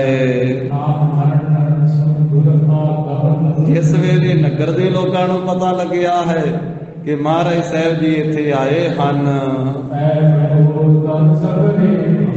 ਤੇ ਨਗਰ ਦੇ ਸਾਰੇ ਲੋਕ ਉਹਨਾਂ ਨੇ ਆ ਕਰਕੇ ਮਹਾਰਾਜ ਦੇ ਦਰਸ਼ਨ ਕਰਨ ਵਾਸਤੇ ਆਉਣਾ ਚਾਹਿਆ। ਆਉਣ ਤੋਂ ਪਹਿਲਾਂ ਆਪਣੇ ਨਗਰ ਦੇ ਵਿੱਚੋਂ ਦੁੱਧ ਇਕੱਤਰ ਕੀਤਾ। ਸਾਰੇ ਨਗਰ ਵਾਲਿਆਂ ਨੇ ਬਹੁਤਾ ਦੁੱਧ ਇਕੱਠਾ ਕੀਤਾ ਕਿ ਮਹਾਰਾਜ ਸਾਹਿਬ ਜੀ ਨੂੰ ਜਾ ਕੇ ਭੇਟ ਕਰੀਏ। ਬੇਅੰਤ ਸਿੰਘ ਹਨ ਗੁਰੂ ਸਾਹਿਬ ਜੀ ਦੇ ਨਾਲ। ਘੜੇ ਭਰ ਭਰ ਕੇ ਲੈ ਆਏ ਮਹਾਰਾਜ ਸਾਹਿਬ ਵਾਸਤੇ ਦੁੱਧ। ਪਿੰਡ ਵਾਲੇ, ਇਹ ਬਬੀਏ ਨਗਰ ਵਾਲੇ ਸਾਰੇ ਨਗਰ ਦੇ ਵਿੱਚ ਵਿਚਰੇ ਆ ਕਿ ਗੁਰੂ ਗੋਬਿੰਦ ਸਿੰਘ ਮਹਾਰਾਜ ਆਪਣੇ ਸਿੰਘਾਂ ਦੇ ਸਮੇਤ, ਆਪਣੀ ਫੌਜ ਦੇ ਸਮੇਤ ਆਪਣੇ ਨਗਰ ਦੇ ਬਾਰ-ਬਾਰ ਆਏ। ਪੜਾ ਲਾਇਆ ਗੁਰੂ ਸਾਹਿਬ ਨੇ ਤੇ ਨਗਰ ਵਾਲਿਓ ਆਪਾਂ ਦੁੱਧ ਛਕਾਈਏ ਗੁਰੂ ਸਾਹਿਬ ਦੇ ਸਿੰਘਾਂ ਨੂੰ। ਸਤਿਗੁਰੂ ਜੀ ਨੂੰ ਸਮੁੰਦਰ ਛਕਾਈਏ, ਦੁੱਧ ਛਕਾਈਏ। ਤਾਂ ਉਸ ਵੇਲੇ ਫਿਰ ਘੜੇ ਭਰ ਭਰ ਕੇ ਲੈ ਆਏ, ਬਹੁਤੇ ਘੜੇ ਭਰ ਕੇ ਲਿਆਂਦੇ ਆ, ਬਾਹਰ ਲਿਆਏ, ਨਗਰ ਤੋਂ ਬਾਹਰ ਜਿੱਥੇ ਗੁਰੂ ਜੀ ਦਾ ਪੜਾਅ ਸੀ ਉੱਥੇ ਲੈ ਆਏ। ਤੇ ਸਾਰਿਆਂ ਨੇ ਨਾਲੇ ਦੁੱਧ ਭੇਟ ਕੀਤਾ ਹੈ, ਮਹਾਰਾਜ ਜੀ ਦੇ ਦਰਸ਼ਨ ਕੀਤੇ ਆ, ਤੇ ਦਰਸ਼ਨ ਕਰਦੇ ਹੋਏ ਕਲਗੀਧਰ ਪਾਤਸ਼ਾਹ ਜੀ ਨੂੰ ਸੀਸ ਨਵਾਇਆ, ਮੱਥਾ ਟੇਕਿਆ ਹੈ। ਤੇ ਮਿੱਠਾ ਪਾ ਪਾ ਕੇ ਦੁੱਧ ਦੇ ਵਿੱਚ ਗੁਰੂ ਸਾਹਿਬ ਦੇ ਸਿੰਘਾਂ ਨੂੰ ਦੁੱਧ ਛਕਾਇਆ ਹੈ। ਤੇ ਮਨ ਭਾਉਂਦਾ ਰੱਜ ਰੱਜ ਕੇ ਦੁੱਧ ਛਕਿਆ ਉਸ ਵੇਲੇ ਗੁਰੂ ਸਾਹਿਬ ਜੀ ਦੇ ਸਿੰਘਾਂ ਨੇ, ਤੇ ਦੁੱਧ ਛਕ ਕਰਕੇ ਸਾਰੇ ਤ੍ਰਿਪਤ ਹੋ ਗਏ ਹਨ। ਇਸ ਪ੍ਰਕਾਰ ਦੇ ਨਾਲ ਸਤਿਗੁਰੂ ਜੀ ਨੇ ਇਸ ਨਗਰ ਦੇ ਵਿੱਚ ਡੇਰਾ ਕੀਤਾ ਹੈ। ਤੇ ਨਗਰ ਵਾਲਿਆਂ ਨੇ ਸਮੂਹ ਸਿੰਘਾਂ ਨੂੰ ਦੁੱਧ ਛਕਾ ਕਰਕੇ ਪੂਰਾ ਹੀ ਰਜਾਇਆ ਹੈ। ਜਿਵੇਂ ਪਿੱਛੇ ਸਾਧ ਸੰਗਤ ਜੀ ਇੱਕ ਨਗਰ ਦੇ ਵਿੱਚ ਮਹਾਰਾਜ ਨੇ ਪੜਾਅ ਲਾਇਆ ਸੀ, ਤੇ ਅੰਮ੍ਰਿਤ ਵੇਲੇ ਵਾਹਿਗੁਰੂ ਰਾਤ ਦੇ ਸਮੇਂ ਇੱਕ ਦੀਵਾਨਾ ਆ ਗਿਆ ਸੀ, ਦੀਵਾਨਾ ਸਾਹਿਬ। ਉਹ ਕਹਿੰਦਾ ਸੀ ਵੀ ਮੈਂ ਹੁਣੇ ਹੀ ਦਰਸ਼ਨ ਕਰਨੇ, ਤੇ ਪਹਿਰੇਦਾਰ ਨੇ ਅੱਗੇ ਨਹੀਂ ਸੀ ਜਾਣ ਦਿੱਤਾ। ਤੇ ਉਹ ਮੂੰਗਲੀ ਜੀ ਉਹਦੇ ਹੱਥ ਵਿੱਚ ਸੀ, ਤੇ ਉਹ ਕਹਿੰਦਾ ਮੈਂ ਤੇ ਜਾਊਂਗਾ ਅੱਗੇ, ਤੂੰ ਕੌਣ ਮੈਨੂੰ ਰੋਕਣ ਵਾਲਾ। ਤੇ ਉਹ ਮੂੰਗਲੀ ਮਾਰਨ ਲੱਗਾ ਸੀ ਸਿੰਘ ਦੇ, ਤੇ ਸਿੰਘ ਨੇ ਕਿਹਾ ਵੀ ਇਹ ਤਾਂ ਲੈ ਗਿਆ। ਤੇ ਉਸ ਵੇਲੇ ਸਿੰਘ ਨੇ ਉਸੇ ਵੇਲੇ ਕਿਰਪਾਨ ਕੱਢ ਕੇ ਉਹਦੇ ਤੇ ਵਾਰ ਕਰ ਦਿੱਤਾ, ਤੇ ਉਹ ਮੋਢੇ ਲਾਗੋਂ ਵੱਢ ਦਿੱਤਾ ਸੀ ਉਹਨੂੰ, ਫਿਰ ਉਹ ਥੱਲੇ ਡਿੱਗ ਪਿਆ ਸੀ, ਤੇ ਉਹਦਾ ਬਹੁਤਾ ਖੂਨ ਵਗ ਗਿਆ। ਤੋ ਇਸ ਤਰੀਕੇ ਦੇ ਨਾਲ ਫਿਰ ਉਹ ਪਿਆ ਰਿਹਾ, ਤੇ ਉਹਨੇ ਸਿੰਘਾਂ ਨੂੰ ਆਖਿਆ ਵੀ ਮੈਨੂੰ ਦਰਸ਼ਨ ਤਾਂ ਕਰਾ ਦਿਓ, ਉਹਨੂੰ ਵੱਢ ਤਾਂ ਦਿੱਤਾ ਹੀ। ਤੇ ਫਿਰ ਗੁਰੂ ਸਾਹਿਬ ਜੀ ਤੋਂ ਆਗਿਆ ਲੈ ਕਰਕੇ ਸਿੰਘਾਂ ਨੇ ਤੇ ਉਹਨੂੰ ਚੁੱਕ ਕੇ ਅੰਦਰ ਖੜਿਆ ਸੀ, ਤੇ ਮਹਾਰਾਜ ਸਾਹਿਬ ਜੀ ਨੇ ਉਹਦੇ ਦਰਸ਼ਨ ਕੀਤੇ ਸੀ। ਤੇ ਗੁਰੂ ਸਾਹਿਬ ਜੀ ਨੇ ਆਖਿਆ ਸੀ ਵੀ ਤੈਨੂੰ ਜੇ ਚਾਹਣਾ ਤੇ ਰੱਖ ਲੈਂਦੇ ਆ, ਜ਼ਿੰਦਗੀ ਬਖਸ਼ਦੇ ਨੇ, ਪਰ ਉਹਨੇ ਕਿਹਾ ਮਹਾਰਾਜ ਦਰਸ਼ਨ ਹੋ ਗਏ। ਫਿਰ ਉਹ ਸਰੀਰ ਤਿਆਗ ਗਿਆ। ਤਾਂ ਇਸ ਤਰੀਕੇ ਦੇ ਨਾਲ ਉਦੋਂ ਰੌਲਾ ਪਿਆ ਸੀ ਕਿ ਸਿੰਘਾਂ ਨੇ ਦੀਵਾਨਾ ਸਾਧੂ ਮਾਰ ਦਿੱਤਾ। ਗਲਤੀ ਤਾਂ ਉਹਦੀ ਵੀ ਸੀ, ਉਹ ਸਿੰਘ ਦੇ ਉੱਤੇ, ਜੇ ਸਿੰਘ ਨਾ ਵਾਰ ਕਰਦਾ ਤੇ ਉਹਨੇ ਮਾਰ ਜਾਣਾ ਸੀ। ਉਹ ਉਂਗਲੀ ਜੀ ਮਾਰ ਕੇ ਉਹ ਜ਼ਬਰਦਸਤੀ ਕਰਦਾ ਸੀ। ਸਿੰਘ ਕਹਿੰਦਾ ਸੀ ਵੀ ਦਿਨ ਚੜ੍ਹ ਲੈਣ ਦੇ, ਫਿਰ ਦਰਸ਼ਨ ਕਰਨੀ ਗੁਰੂ ਸਾਹਿਬ ਜੀ ਦੇ। ਉਹਦੀ ਵੀ ਸੇਵਾ ਲੱਗੀ ਸੀ ਪਹਿਰੇ ਤੇ, ਰਾਤ ਨੂੰ ਸਿੰਘ ਦੀ ਕਲਗੀਧਰ ਪਾਤਸ਼ਾਹ ਨੇ ਲਾਈ ਸੀ ਸੇਵਾ। ਉਹ ਦੀਵਾਨੇ ਸਾਧੂ ਜਿਹੜਾ ਸੀ, ਉਹਨੇ ਜ਼ਬਰਦਸਤੀ ਕੀਤੀ ਵੀ ਤੂੰ ਮੈਨੂੰ ਰੋਕਦਾ ਕਿਉਂ ਆ, ਮੈਂ ਤਾਂ ਹੁਣੇ ਦਰਸ਼ਨ ਕਰਨੇ, ਤੇਰਾ ਇਕੱਲੇ ਦਾ ਗੁਰੂ ਗੋਬਿੰਦ ਸਿੰਘ, ਮੇਰਾ ਵੀ ਹੈ। ਸਿੰਘ ਨੇ ਆਖਿਆ ਤੇਰਾ ਵੀ ਆ, ਸਾਰਿਆਂ ਦਾ ਹੀ ਸਾਂਝਾ, ਪਰ ਮੇਰੀ ਸੇਵਾ ਲਾਈ, ਮਹਾਰਾਜ ਨੇ ਵੀ ਅੰਦਰ ਨਹੀਂ ਕਿਸੇ ਨੂੰ ਆਉਣ ਦੇਣਾ। ਉਹਨੇ ਇਸ ਤਰ੍ਹਾਂ ਜ਼ਬਰਦਸਤੀ ਕੀਤੀ ਸੀ, ਤਾਂ ਮਾਰਿਆ ਗਿਆ ਸੀ। ਉਹਦਾ ਰੌਲਾ ਵੀ ਪਿਆ। ਕਈਆਂ ਨੇ ਆਖਿਆ ਵੇਖੋ ਜੀ ਸਿੰਘਾਂ ਨੇ ਸਾਧ ਮਾਰ ਦਿੱਤਾ, ਕਈਆਂ ਨੇ ਆਖਿਆ ਵੀ ਸਾਧ ਜ਼ਬਰਦਸਤੀ ਕਰਦਾ ਸੀ, ਆਪੇ ਮਰਿਆ। ਤੋ ਇਸ ਤਰੀਕੇ ਨਾਲ ਗੱਲਾਂ ਬਾਤਾਂ ਹੋਈਆਂ। ਫਿਰ ਕਈਆਂ ਨੇ ਸਾਂਝੀ ਗੱਲ ਵੀ ਕੀਤੀ ਸੀ। ਉਹ ਕਹਿੰਦੇ ਵੀ ਸਿੰਘ ਵੀ ਗੁਰੂ ਦੇ, ਸਾਧ ਵੀ ਗੁਰੂ ਦਾ, ਆਪਸ ਵਿੱਚ ਝਗੜੇ ਆ, ਮਾਰੇ ਗਏ, ਭਾਣਾ ਵਰਤ ਗਿਆ। ਉਹਦੀ ਗੱਲ ਇੱਥੇ ਹੁਣ ਫੇਰ ਚੱਲੀ ਹੈ। ਕਹਿੰਦੇ ਵੀ ਪੂਰਬ ਜਬੈ ਦੀਵਾਨਾ ਮਾਰਿਓ, ਪਹਿਲਾਂ ਜਦੋਂ ਉਹ ਦੀਵਾਨਾ ਸਾਧੂ ਮਾਰਿਆ ਗਿਆ ਸੀ ਸਿੰਘਾਂ ਦੇ ਹੱਥੋਂ, ਤੇ ਕਿਸੇ ਨੇ ਉਹ ਫਿਰ ਦੀਵਾਨੇ ਸਾਧੂਆਂ ਦੇ ਵਿੱਚ ਵੀ ਜਿਹੜੀ ਉਹਨਾਂ ਦੀ ਮੰਡਲੀ ਸੀ, ਉਹਨਾਂ ਵਿੱਚ ਜਾ ਕੇ ਵੀ ਦੱਸਿਆ ਕਿ ਤੁਹਾਡਾ ਸਾਥੀ ਉੱਥੇ ਮਾਰਿਆ। ਬਾਕੀ ਹੋਰ ਸਾਰੇ ਲੋਕਾਂ ਦੇ ਵਿੱਚ ਵੀ ਕਿਸੇ ਨੇ ਜਾ ਕੇ ਗੱਲ ਫੈਲਾਈ। ਉਹਨਾਂ ਸਾਧੂਆਂ ਨੂੰ ਜਾ ਕੇ ਦੱਸਿਆ ਵੀ ਤੁਹਾਡੇ ਪੰਥ ਦਾ ਜਿਹੜਾ ਸਾਧੂ ਸੀ ਉੱਥੇ ਗਿਆ ਸੀ,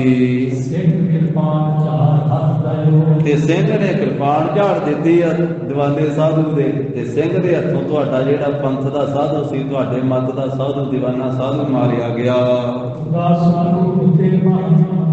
ਉਸ ਮੱਤ ਦੇ ਸਾਧ ਸੰਗਤ ਜੀ, ਉਸ ਪੰਥ ਦੇ ਇਹ ਮਹੰਤ ਸੀ। ਇੱਕ ਦਾ ਨਾਂ ਸੀ ਘੁੱਦਾ, ਤੇ ਇੱਕ ਦਾ ਨਾਂ ਸੀ ਸੁਖੂ।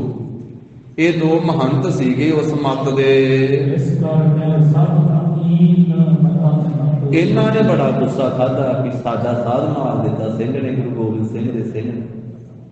ਇਹ ਜਿਹੜੇ ਮਹੰਤ ਸੀ, ਜਿਨ੍ਹਾਂ ਦੀ ਮੰਡਲੀ ਦਾ ਉਹ ਸਾਧ ਸੀ, ਇਹ ਘੁੱਦੂ ਮਹੰਤ ਤੇ ਸੁਖੂ ਮਹੰਤ। ਤਾਂ ਇਹਨਾਂ ਨੇ ਫਿਰ ਗੁੱਸਾ ਕਰਕੇ ਤੇ ਆਪਸ ਵਿੱਚ ਇੱਕ ਸਲਾਹ ਪਕਾਈ ਹੈ, ਇੱਕ ਮਤਾ ਪਕਾਇਆ।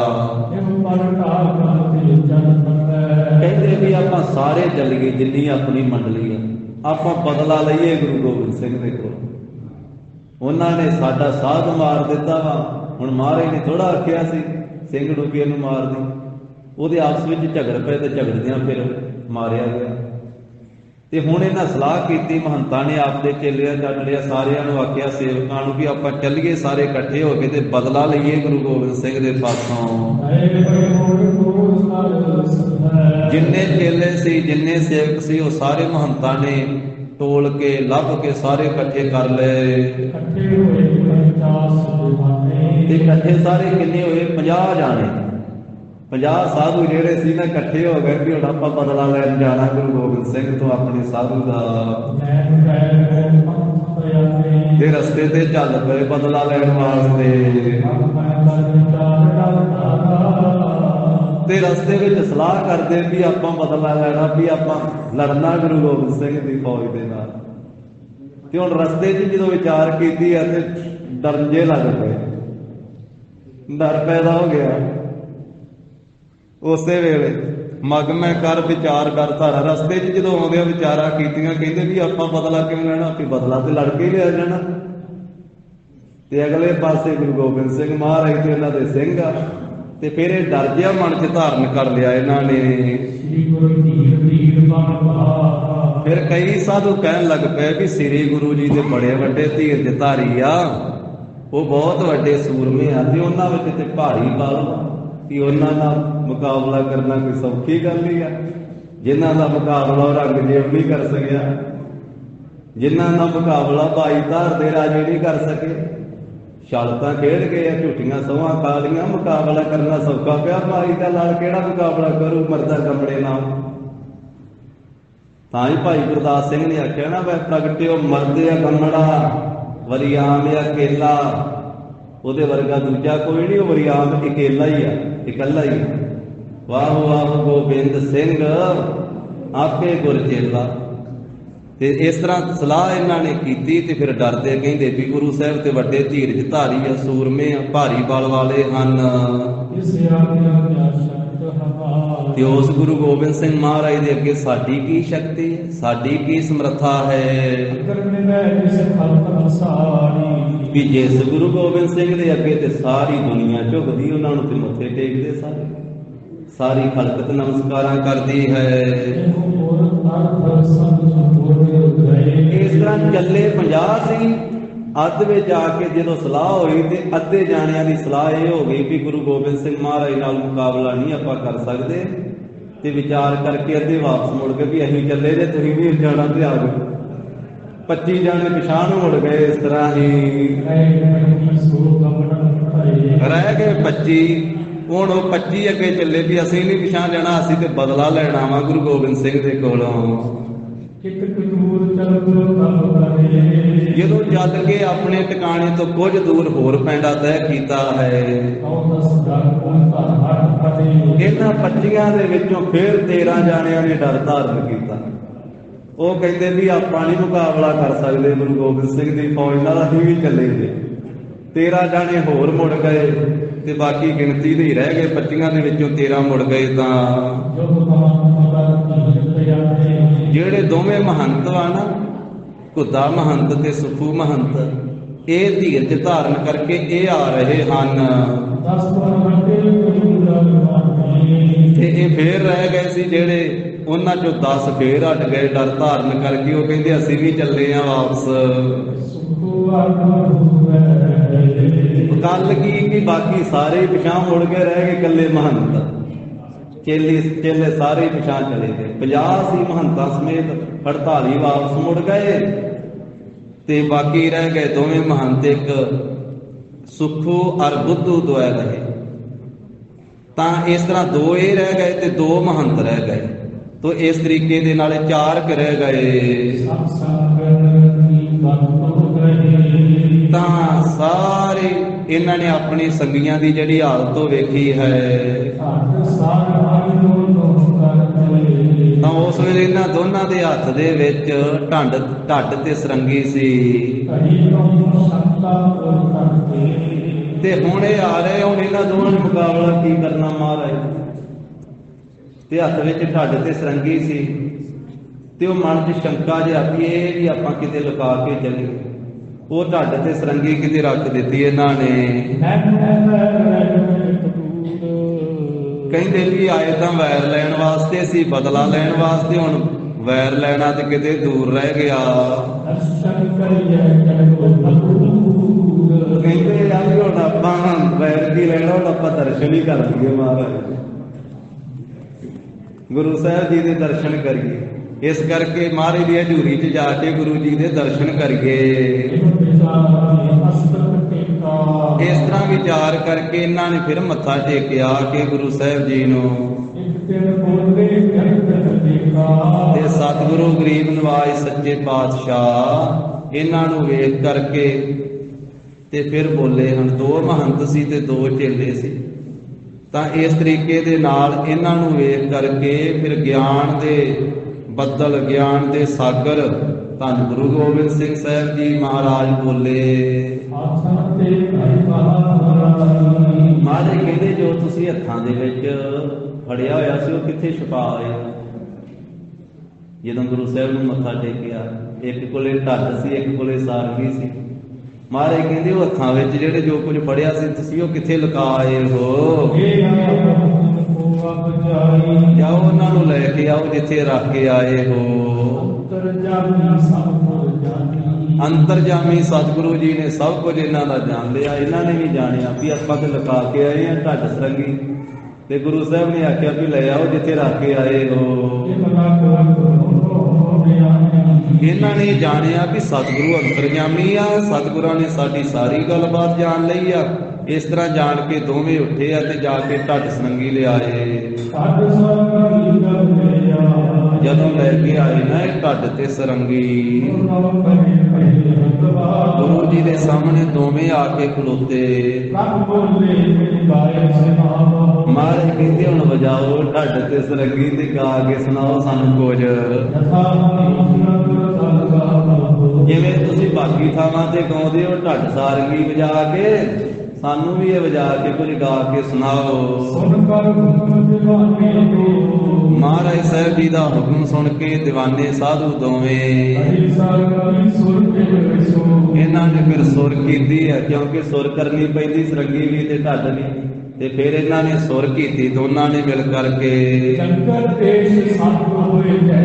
ਜਿਵੇਂ ਮਾਲਵੇ ਦੇ ਦੇਸ਼ ਦੇ ਵਿੱਚ ਸੱਦ ਗਾਇਆ ਜਾਂਦਾ, ਲੰਮੀ ਏਕ ਦੇ ਨਾਲ ਟੱਪੇ ਗਾਏ ਜਾਂਦੇ ਹਨ। ਫਿਰ ਉੱਚੀ ਸੁਰ ਦੇ ਨਾਲ ਲੰਮੀ ਏਕ ਲਾ ਕੇ ਸੱਦ ਗਾਉਣ ਲੱਗੇ। ਇਹਨਾਂ ਨੇ ਫਿਰ ਜੋ ਸੱਦ ਗਾਇਆ ਵਾ ਮਹਾਰਾਜ ਨੂੰ ਸੁਣਾਇਆ। ਉਹ ਸਾਧ ਸੰਗਤ ਜੀ ਕੱਲ ਦੇ ਦੀਵਾਨ ਵਿੱਚ ਬੜਾ ਸੁਣਾਂਗੇ। ਫਿਰ ਸਤਿਗੁਰੂ ਕਲਗੀਧਰ ਪਾਤਸ਼ਾਹ ਨੂੰ ਇਹਨਾਂ ਦੀਵਾਨੇ ਸਾਧੂਆਂ ਨੇ ਕਿਵੇਂ ਸੱਦ ਗਾਇਆ। ਤੋ ਮਹਾਰਾਜ ਸਾਹਿਬ ਦਾ ਕੈਸਾ ਤੇਜ ਪ੍ਰਤਾਪ ਹੈ।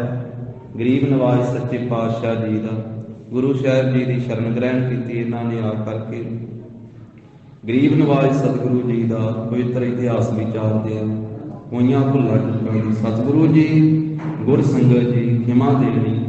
ਦੇਵੋ ਸੱਜਣੇ ਅਸੀਂ ਸੜੀਆਂ ਜਿਉ ਹੋਵੇ ਸਾਹਿਬ ਸਿਉ ਮੇਲ। ਸਮੂਹ ਸੰਗਤ ਦੀ ਸੇਵਾ ਵਿੱਚ ਜਦ ਸਹਿਤ ਸਤਿਕਾਰਯੋਗ ਮੈਨੇਜਰ ਸਾਹਿਬ ਜੀ ਵੱਲੋਂ ਬੇਨਤੀ ਹੈ ਕਿ ਹਰ ਸੰਗਰਾਮ ਤੇ ਗੁਰਦੁਆਰਾ ਸ੍ਰੀ ਹਰਿ ਸਾਹਿਬ ਜੀ ਵਿਖੇ ਵਿਸ਼ੇਸ਼ ਦੀਵਾਨ ਸਜਿਆ ਕਰਨਗੇ। ਜੋ ਐਤਕੀ ਸੰਗਰਾਮ ਆ ਰਹੀ ਹੈ ਚੇਤ ਮਹੀਨੇ ਦੀ, ਔਰ ਇਹ ਨਵਾਂ ਸਾਲ ਵੀ ਹੈ ਗੁਰਬਾਣੀ ਦੇ ਮੁਤਾਬਕ ਚੇਤ ਮਹੀਨੇ ਤੋਂ, ਤਾਂ ਇਹ ਸ਼ਾਮ ਦੇ 2 ਘੰਟੇ ਦਾ ਸਮਾਗਮ ਸਾਧ ਸੰਗਤ ਜੀ ਗੁਰਦੁਆਰਾ ਸ੍ਰੀ ਹਰਿ ਸਾਹਿਬ ਜੀ ਹੋਵੇਗਾ। ਸੋਦਾ ਰਹਿਰਾ ਸਾਹਿਬ ਜੀ ਦੇ ਪਾਠ ਤੋਂ ਉਪਰੰਤ 2 ਘੰਟੇ ਦਾ ਦੀਵਾਨ ਸਜੇਗਾ, ਜਿਸ ਦੇ ਵਿੱਚ 2 ਜਥੇ ਆ ਰਹੇ ਹਨ। ਵਿਸ਼ੇਸ਼ ਤੌਰ ਤੇ ਜੋ ਸਤਿਕਾਰਯੋਗ ਮੈਨੇਜਰ ਸਾਹਿਬ ਜੀ ਵੱਲੋਂ ਪ੍ਰਬੰਧ ਕੀਤਾ ਗਿਆ ਹੈ ਸਾਰਾ। ਇੱਕ ਮੀਰੀ ਪੀਰੀ ਜਥਾ ਜੋ ਬੱਚਿਆਂ ਦਾ ਜਥਾ ਹੈ, ਕੀਰਤਨ ਕਰਦੇ ਹਨ ਨਾਲ ਗੁਰਮਤਿ ਵਿਚਾਰਾਂ ਵੀ। ਉਹ ਜਮਨਾ ਨਗਰ ਵਾਲੇ ਮੀਰੀ ਪੀਰੀ ਜਥਾ ਵੀ ਆ ਰਿਹਾ, ਇੱਕ ਜਥਾ ਹੋਰ ਆ ਰਿਹਾ ਹੈ। ਤੋ ਆਪ ਸਾਰੀਆਂ ਸੰਗਤਾਂ ਨੇ ਪਰਿਵਾਰਾਂ ਸਮੇਤ ਸੰਗਰਾਮ ਦੇ ਦਿਹਾੜੇ ਤੇ ਰਹਿਰਾ ਸਾਹਿਬ ਜੀ ਦੇ ਪਾਠ ਤੋਂ ਉਪਰੰਤ ਗੁਰਦੁਆਰਾ ਸ੍ਰੀ ਹਰਿ ਸਾਹਿਬ ਜੀ ਪਹੁੰਚ ਕੇ ਗੁਰੂ ਘਰ ਦੀਆਂ ਖੁਸ਼ੀਆਂ ਪ੍ਰਾਪਤ ਕਰਨੀਆਂ ਜੀ। ਸੋ ਹੁਣ ਆਪ ਜੀ ਨੂੰ ਭਾਈ ਸਾਹਿਬ ਭਾਈ ਸਰਬਜੀਤ ਸਿੰਘ ਜੀ ਦਾ ਜਥਾ ਗੁਰਬਾਣੀ ਕੀਰਤਨ ਦੇ ਨਾਲ ਗੁਰੂ ਦੇ ਚਰਨਾਂ ਦੇ ਨਾਲ ਜੋੜੇਗਾ ਜੀ। ਏ ਗੋਬਿੰਦ ਏ ਗੋਪਾਲ ਏ ਦਇਆਲ ਲਾਲ, ਪ੍ਰਾਨ ਨਾਥ ਅਨਾਥ ਸਖੇ ਦੀਨ ਦਰਦ ਨਿਵਾਰ।